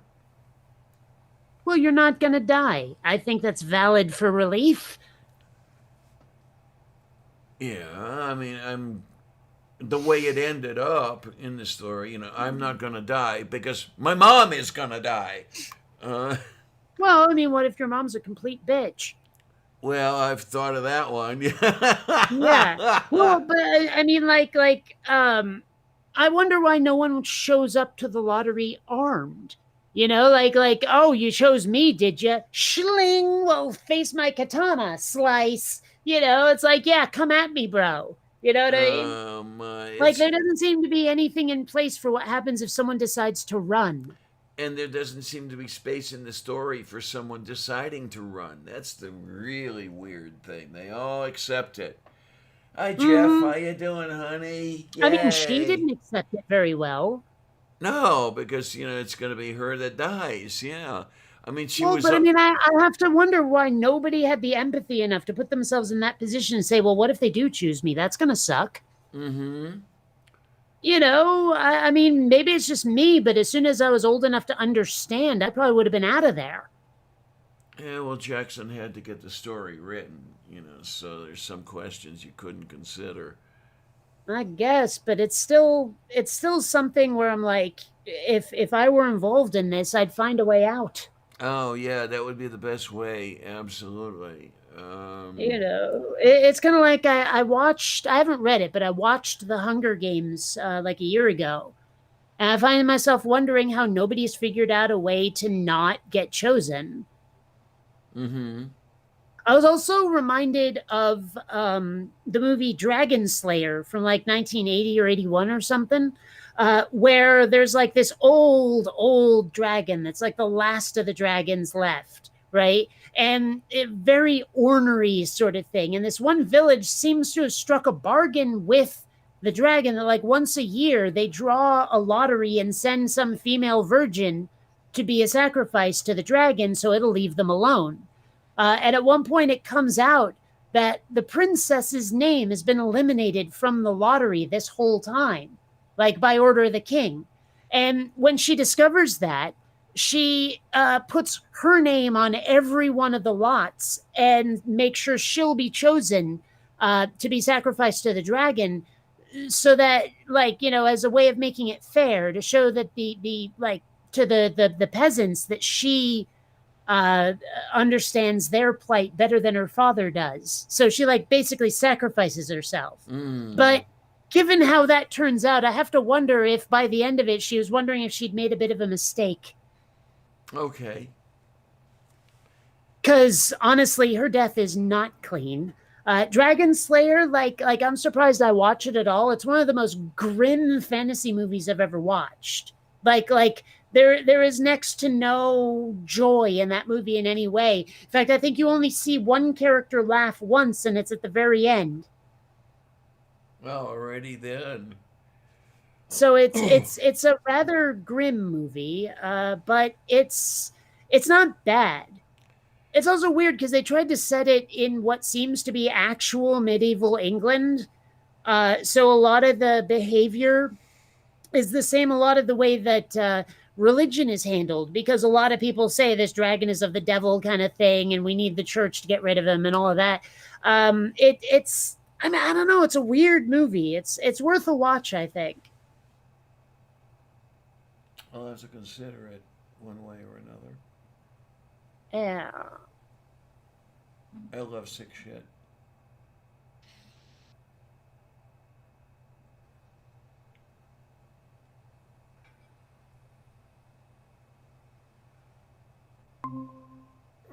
what you got on the thing?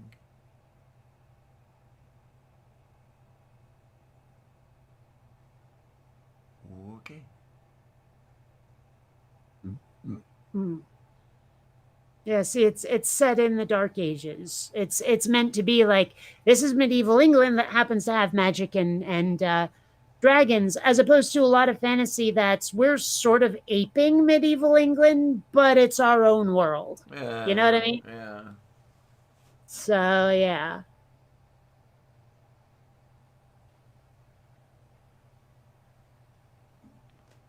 Interesting. Jeff says that a state of Panem in the Hunger Games just doesn't make sense, even as a fictional dystopia. It's almost as if teenage angst was a bigger plot part of those books than world building. Okay. Well, I don't know. I haven't I haven't read the book. I've only watched the movie, and I don't know how much of that world building came through in the movie. So, but it did seem to be pretty angst based. Yes. Oh my. And I still need to take Battle Royale out of its packaging and watch it. Okay then. But basically, Battle Royale was Hunger Games before there was Hunger Games. Like, it came way before. But similar concept. Bunch of kids wake up in a school bus with these collars on their necks, and they're told, we're putting you on an island to fight to the death. And oh, by the way, the area of the island that you can be on without that exploding shrinks until you're all in the same place where you have to fight to the death, and one of you gets to live and one of you and the rest of you don't, kind of thing. All right. And they actually show the face of the previous winner, and she has this psychotic look on her face. It's crazy.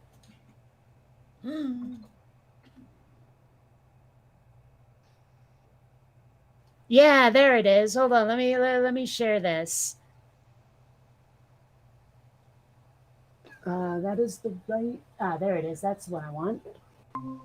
Like, you can only kind of see it because the resolution is small, but look at this look on her face. Okay. I'm trying to find a good large picture, darn it, but that doesn't show the psycho grin. Let me see if I can get this. I mean, and you can see the blood just caked all over her. It's just a demented movie. I like. Don't get me wrong. I love Japan. I think the Japanese are great, but The crazy. some of their fiction makes me wonder what's under the hood that we don't know about. Yeah. I think it's all that radiation from the bombs. Maybe, I don't know, but it just I I don't know. Like, you know when you have that one neighbor that you think might be an axe murderer but might not be, and you really can't tell. They keep to themselves. They seem a little odd. I don't know. I mean, there's times when I feel that way watching Japan's fiction. Like, just interacting with a Japanese person, you never get that impression. But watching what comes out of their imagination just makes you wonder, oh dear, are these people dangerous?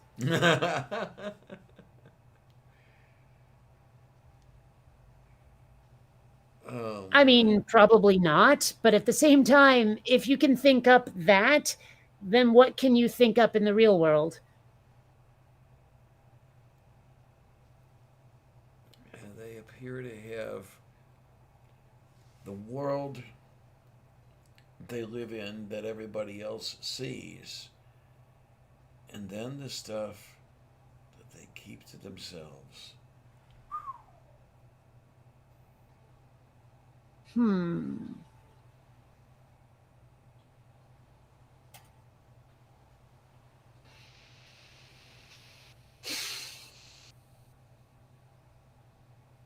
So I'm falling down a rabbit hole of video games right now because it turns out that there is a battle royale mode in so very many of them.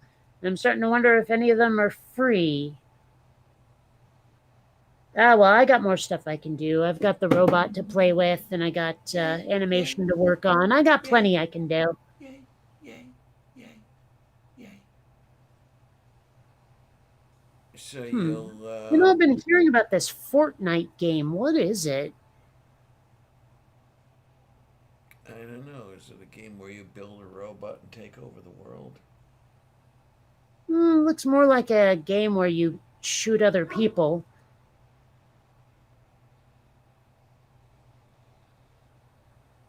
Hmm, I don't know. I don't find shooting other people to be all that much fun. Well, it can be. I mean, I enjoy laser tag. Okay. I mean, sometimes it's necessary, but I'd prefer it to be not very often necessary. Hmm.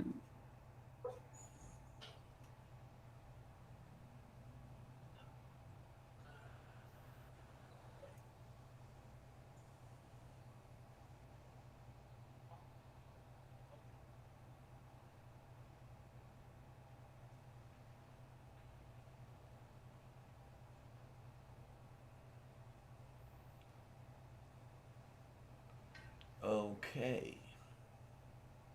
So we have a recommendation here from Jeff. Oh, The Templin Institute channel does a good breakdown of why Panem doesn't work. Please watch after the stream is finished, and then there's a link. And Mage says it's about the in-story backgrounds of the characters. yeah. I'm not really like I don't know. Um, that interested, that invested. Moo.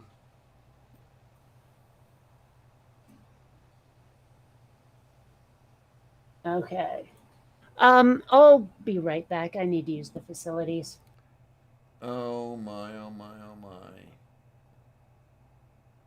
I always wonder about using the facilities. They always feel so used after it's done. I know, I know,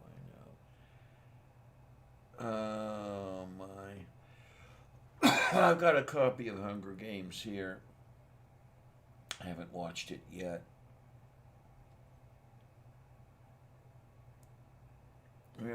Bought a lot of films with the intention of watching them and never did.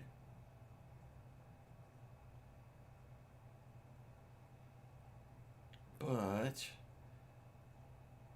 I don't know, as I'm less and less able to get around, maybe I'll be watching films.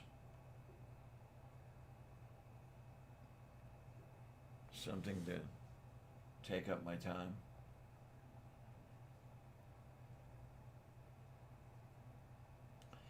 But that's the way it goes, and that's the way it ogs, and that's the way it foos. And no, I don't know what I'm talking about. I never do.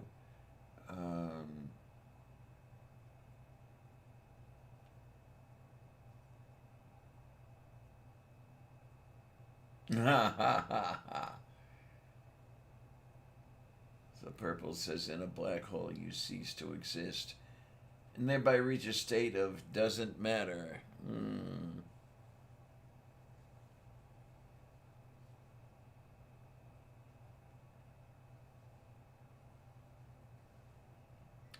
Okay. Esse mai to quiet to being to making. I got to fix. Is got to that to fixing to making. And this thing is telling me to activate the backup program even when I've told it to leave me alone. There we go. Let's see if that's any better on the audio there. And og and foo and boo and goo and stuff and things.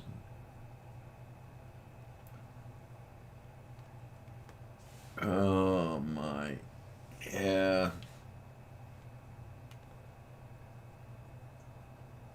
every now and then I'll see something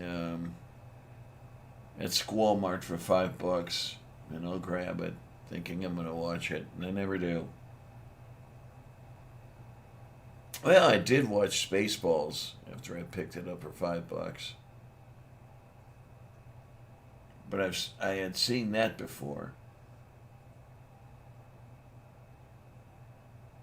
It's some of the other films.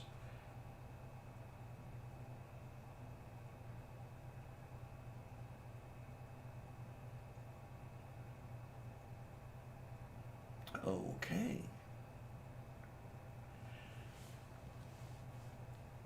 Oh, excuse me. Hang on. Oh, Baguette Perronier.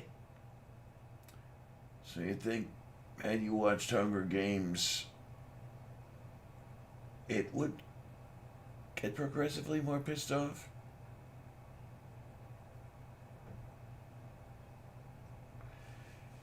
Yeah, well, I don't want to turn my volume up too high. Blow everybody's ears out. I mean, to do that, all I need to do is whistle a couple of times.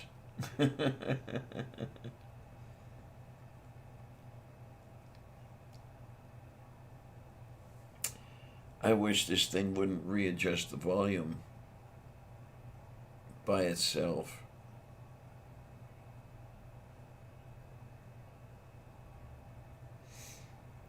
But what can I tell you? It's just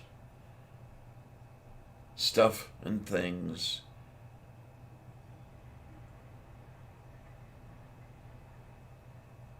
What does romance mean to me? I'm not sure. I'm really not sure.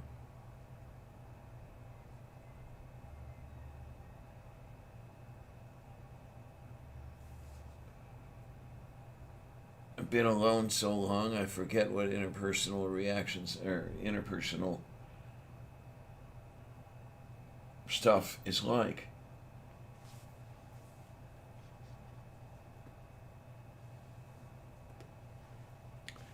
Yeah, what are you gonna do?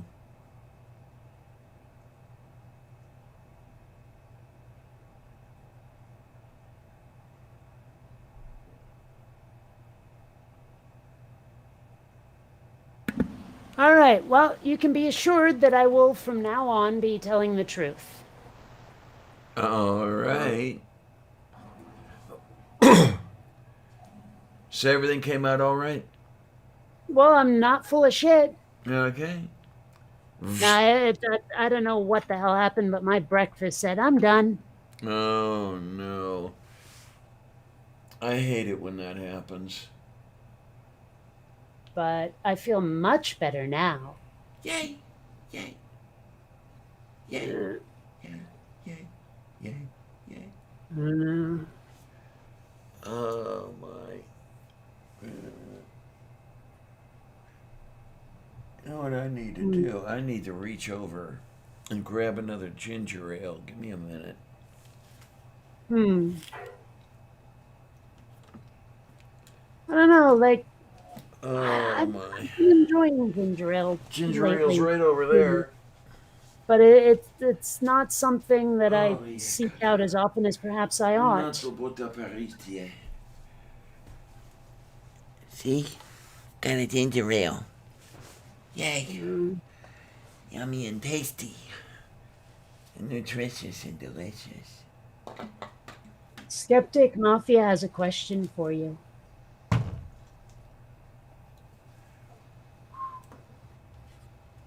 Well, of course I'm gonna be louder, Purple.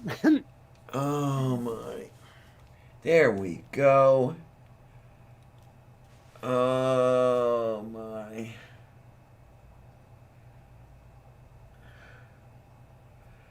It's possible, Scapegoat, that you might know me through R and Raw. I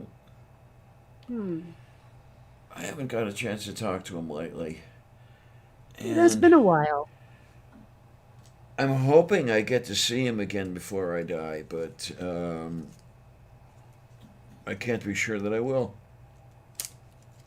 Well, just go over to YouTube. There's tons of video of him. You'll see him. Well, how about in person?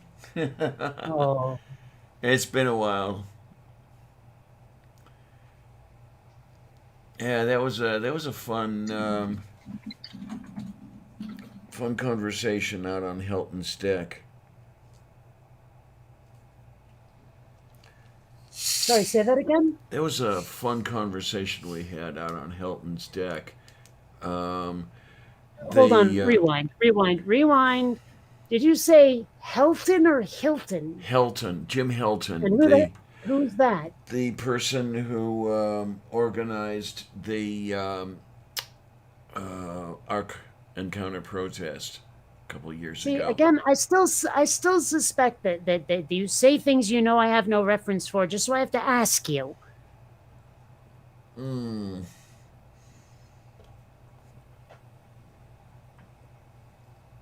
I might be finding things even more obscure were that the case. Oh man. What? Oh, Hades.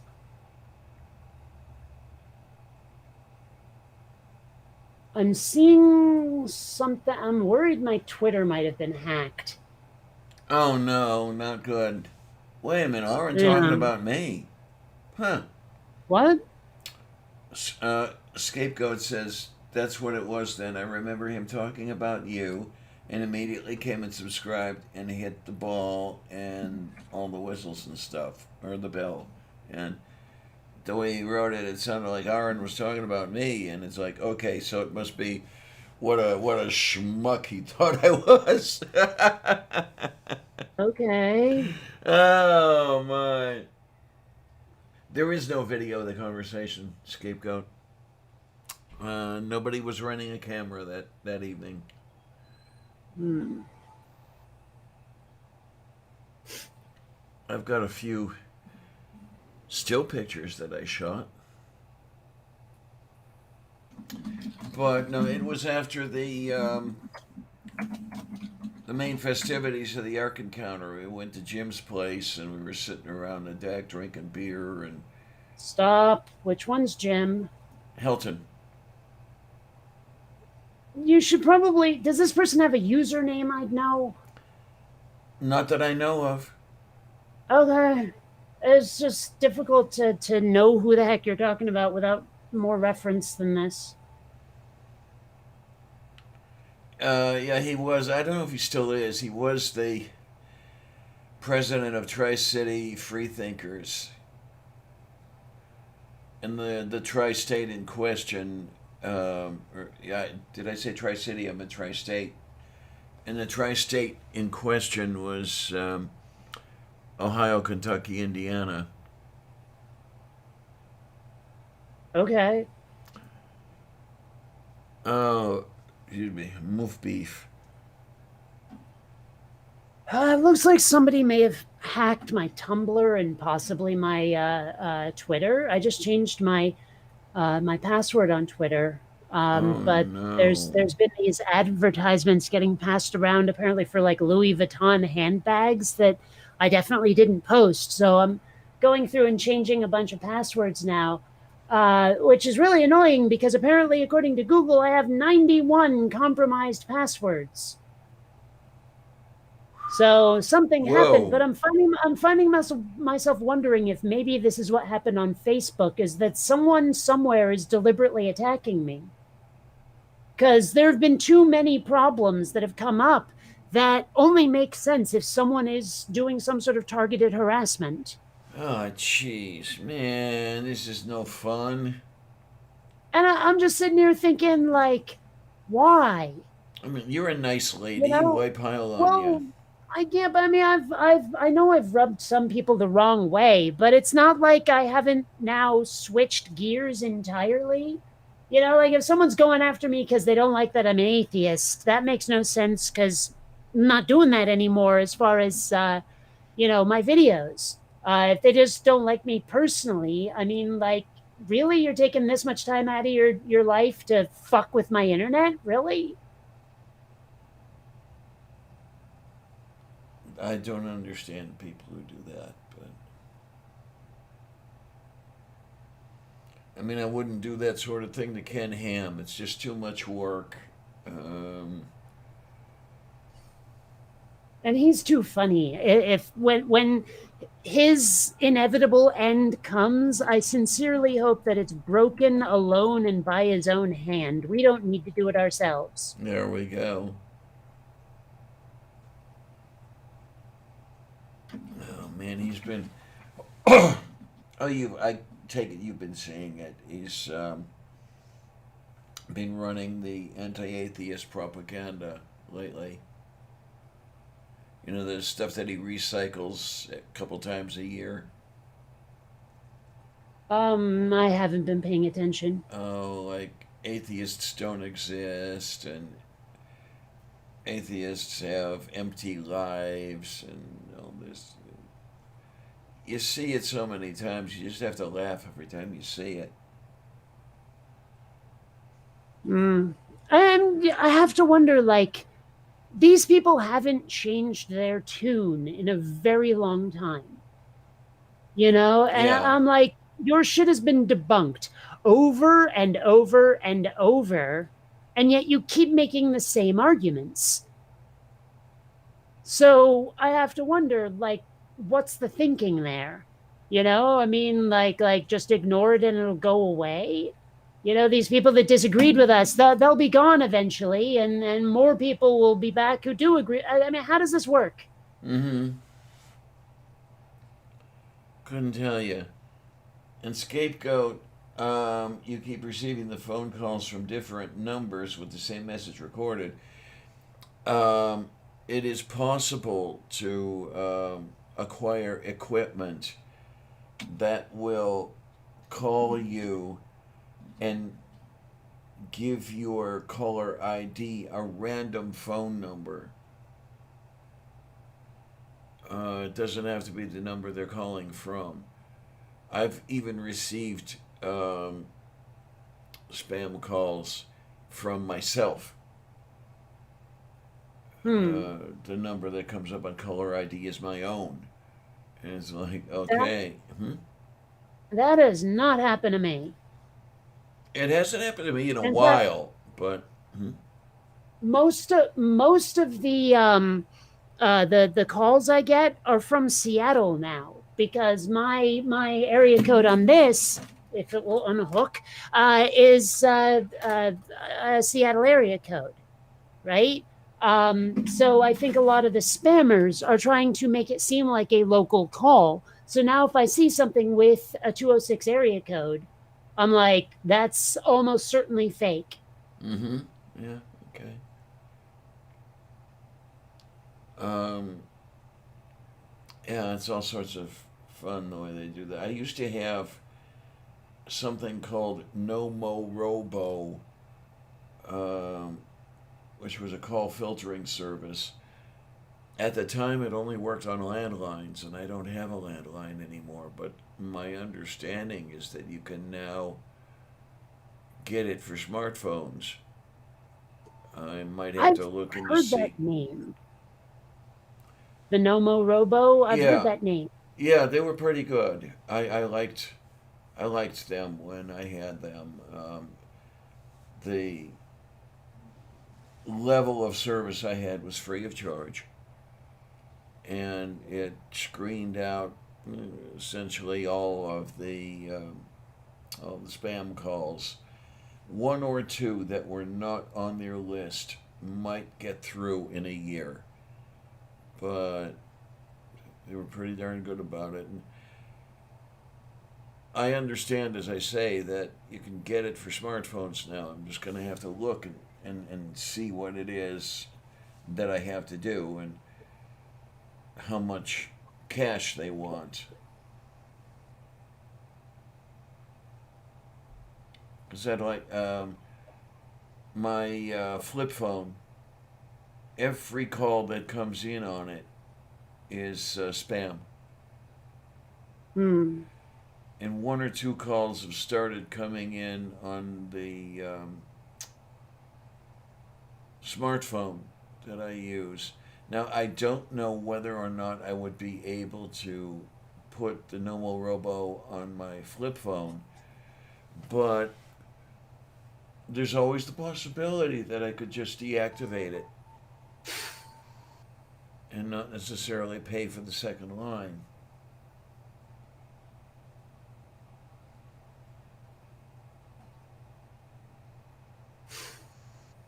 That would save me $25 a month.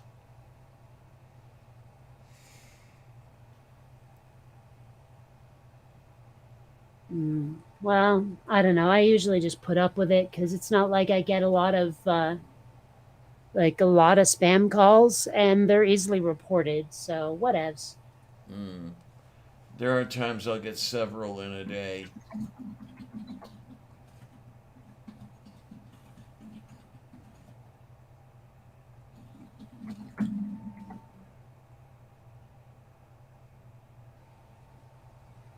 Sorry, I'm going through some of my passwords that have apparently been compromised or whatever. Cause like I don't know. I don't even know like half of these places that wait, not sign up, log in.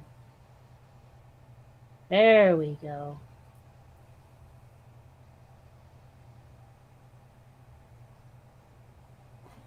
But whoever did that cyber attack, I need to eliminate their ability. Moof beef.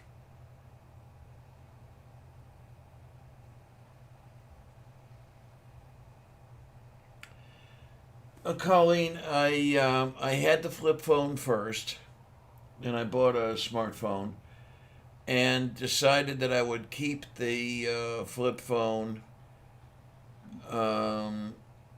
mostly as a spam trap, which it's doing a very good job of.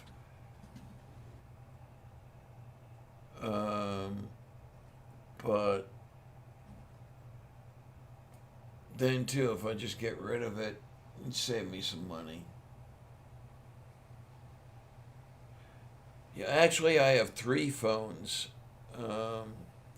The free phone, as they call it, an Obama phone, even though the program was started under Reagan. But that one I may call and cancel because it just doesn't work anymore. The smartphone is so ancient that it doesn't do smartphone things anymore.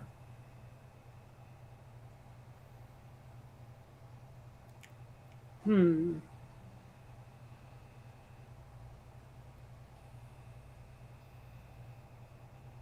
And I don't even know where some of these places are. Like the places that have my password.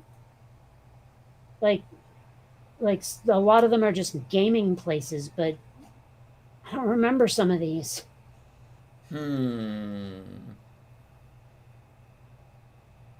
And some of them aren't letting me log in, much less change my password. This is very frustrating.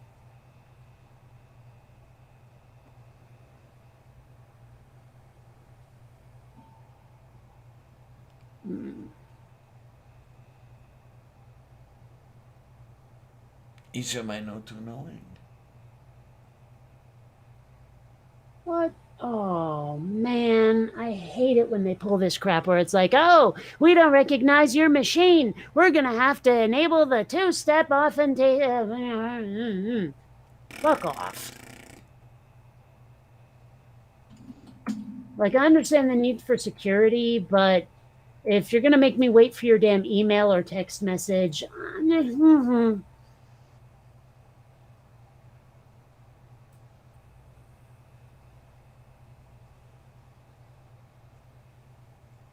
yeah, login and security.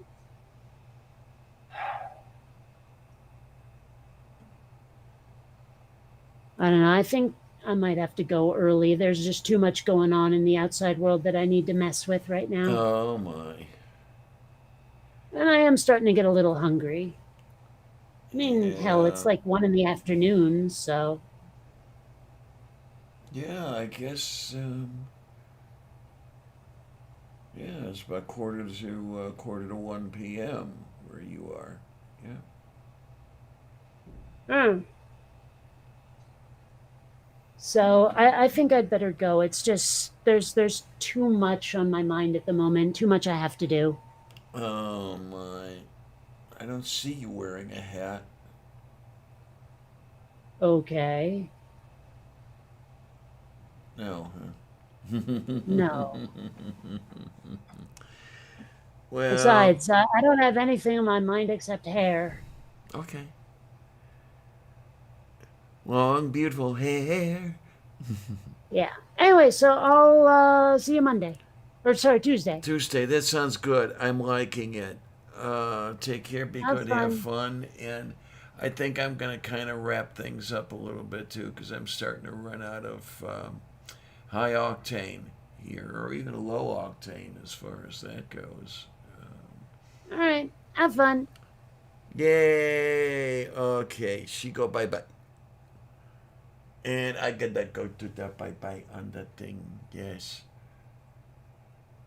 Oh my, and that's just the way it goes. That's the way it is. June the 6th, 2021. This is the Lavender Lady. Good night. I just don't do a good Walter Cronkite, do I? Um, but really, thanks a lot, kids. Thanks a lot. Really. I want to thank everybody who's here, and I want to thank everybody who's not here. Because you keep me going, such as it is. I mean, I'm eventually going to run out of gas, but just keep those fumes going just a little bit longer, and that's not necessarily a bad thing. Um, so, really, all of you be good and take care and have all kinds of fun. And I'm just going to kind of go into the setting sun. How does that sound? So, thanks a lot, troops. See you on the other side.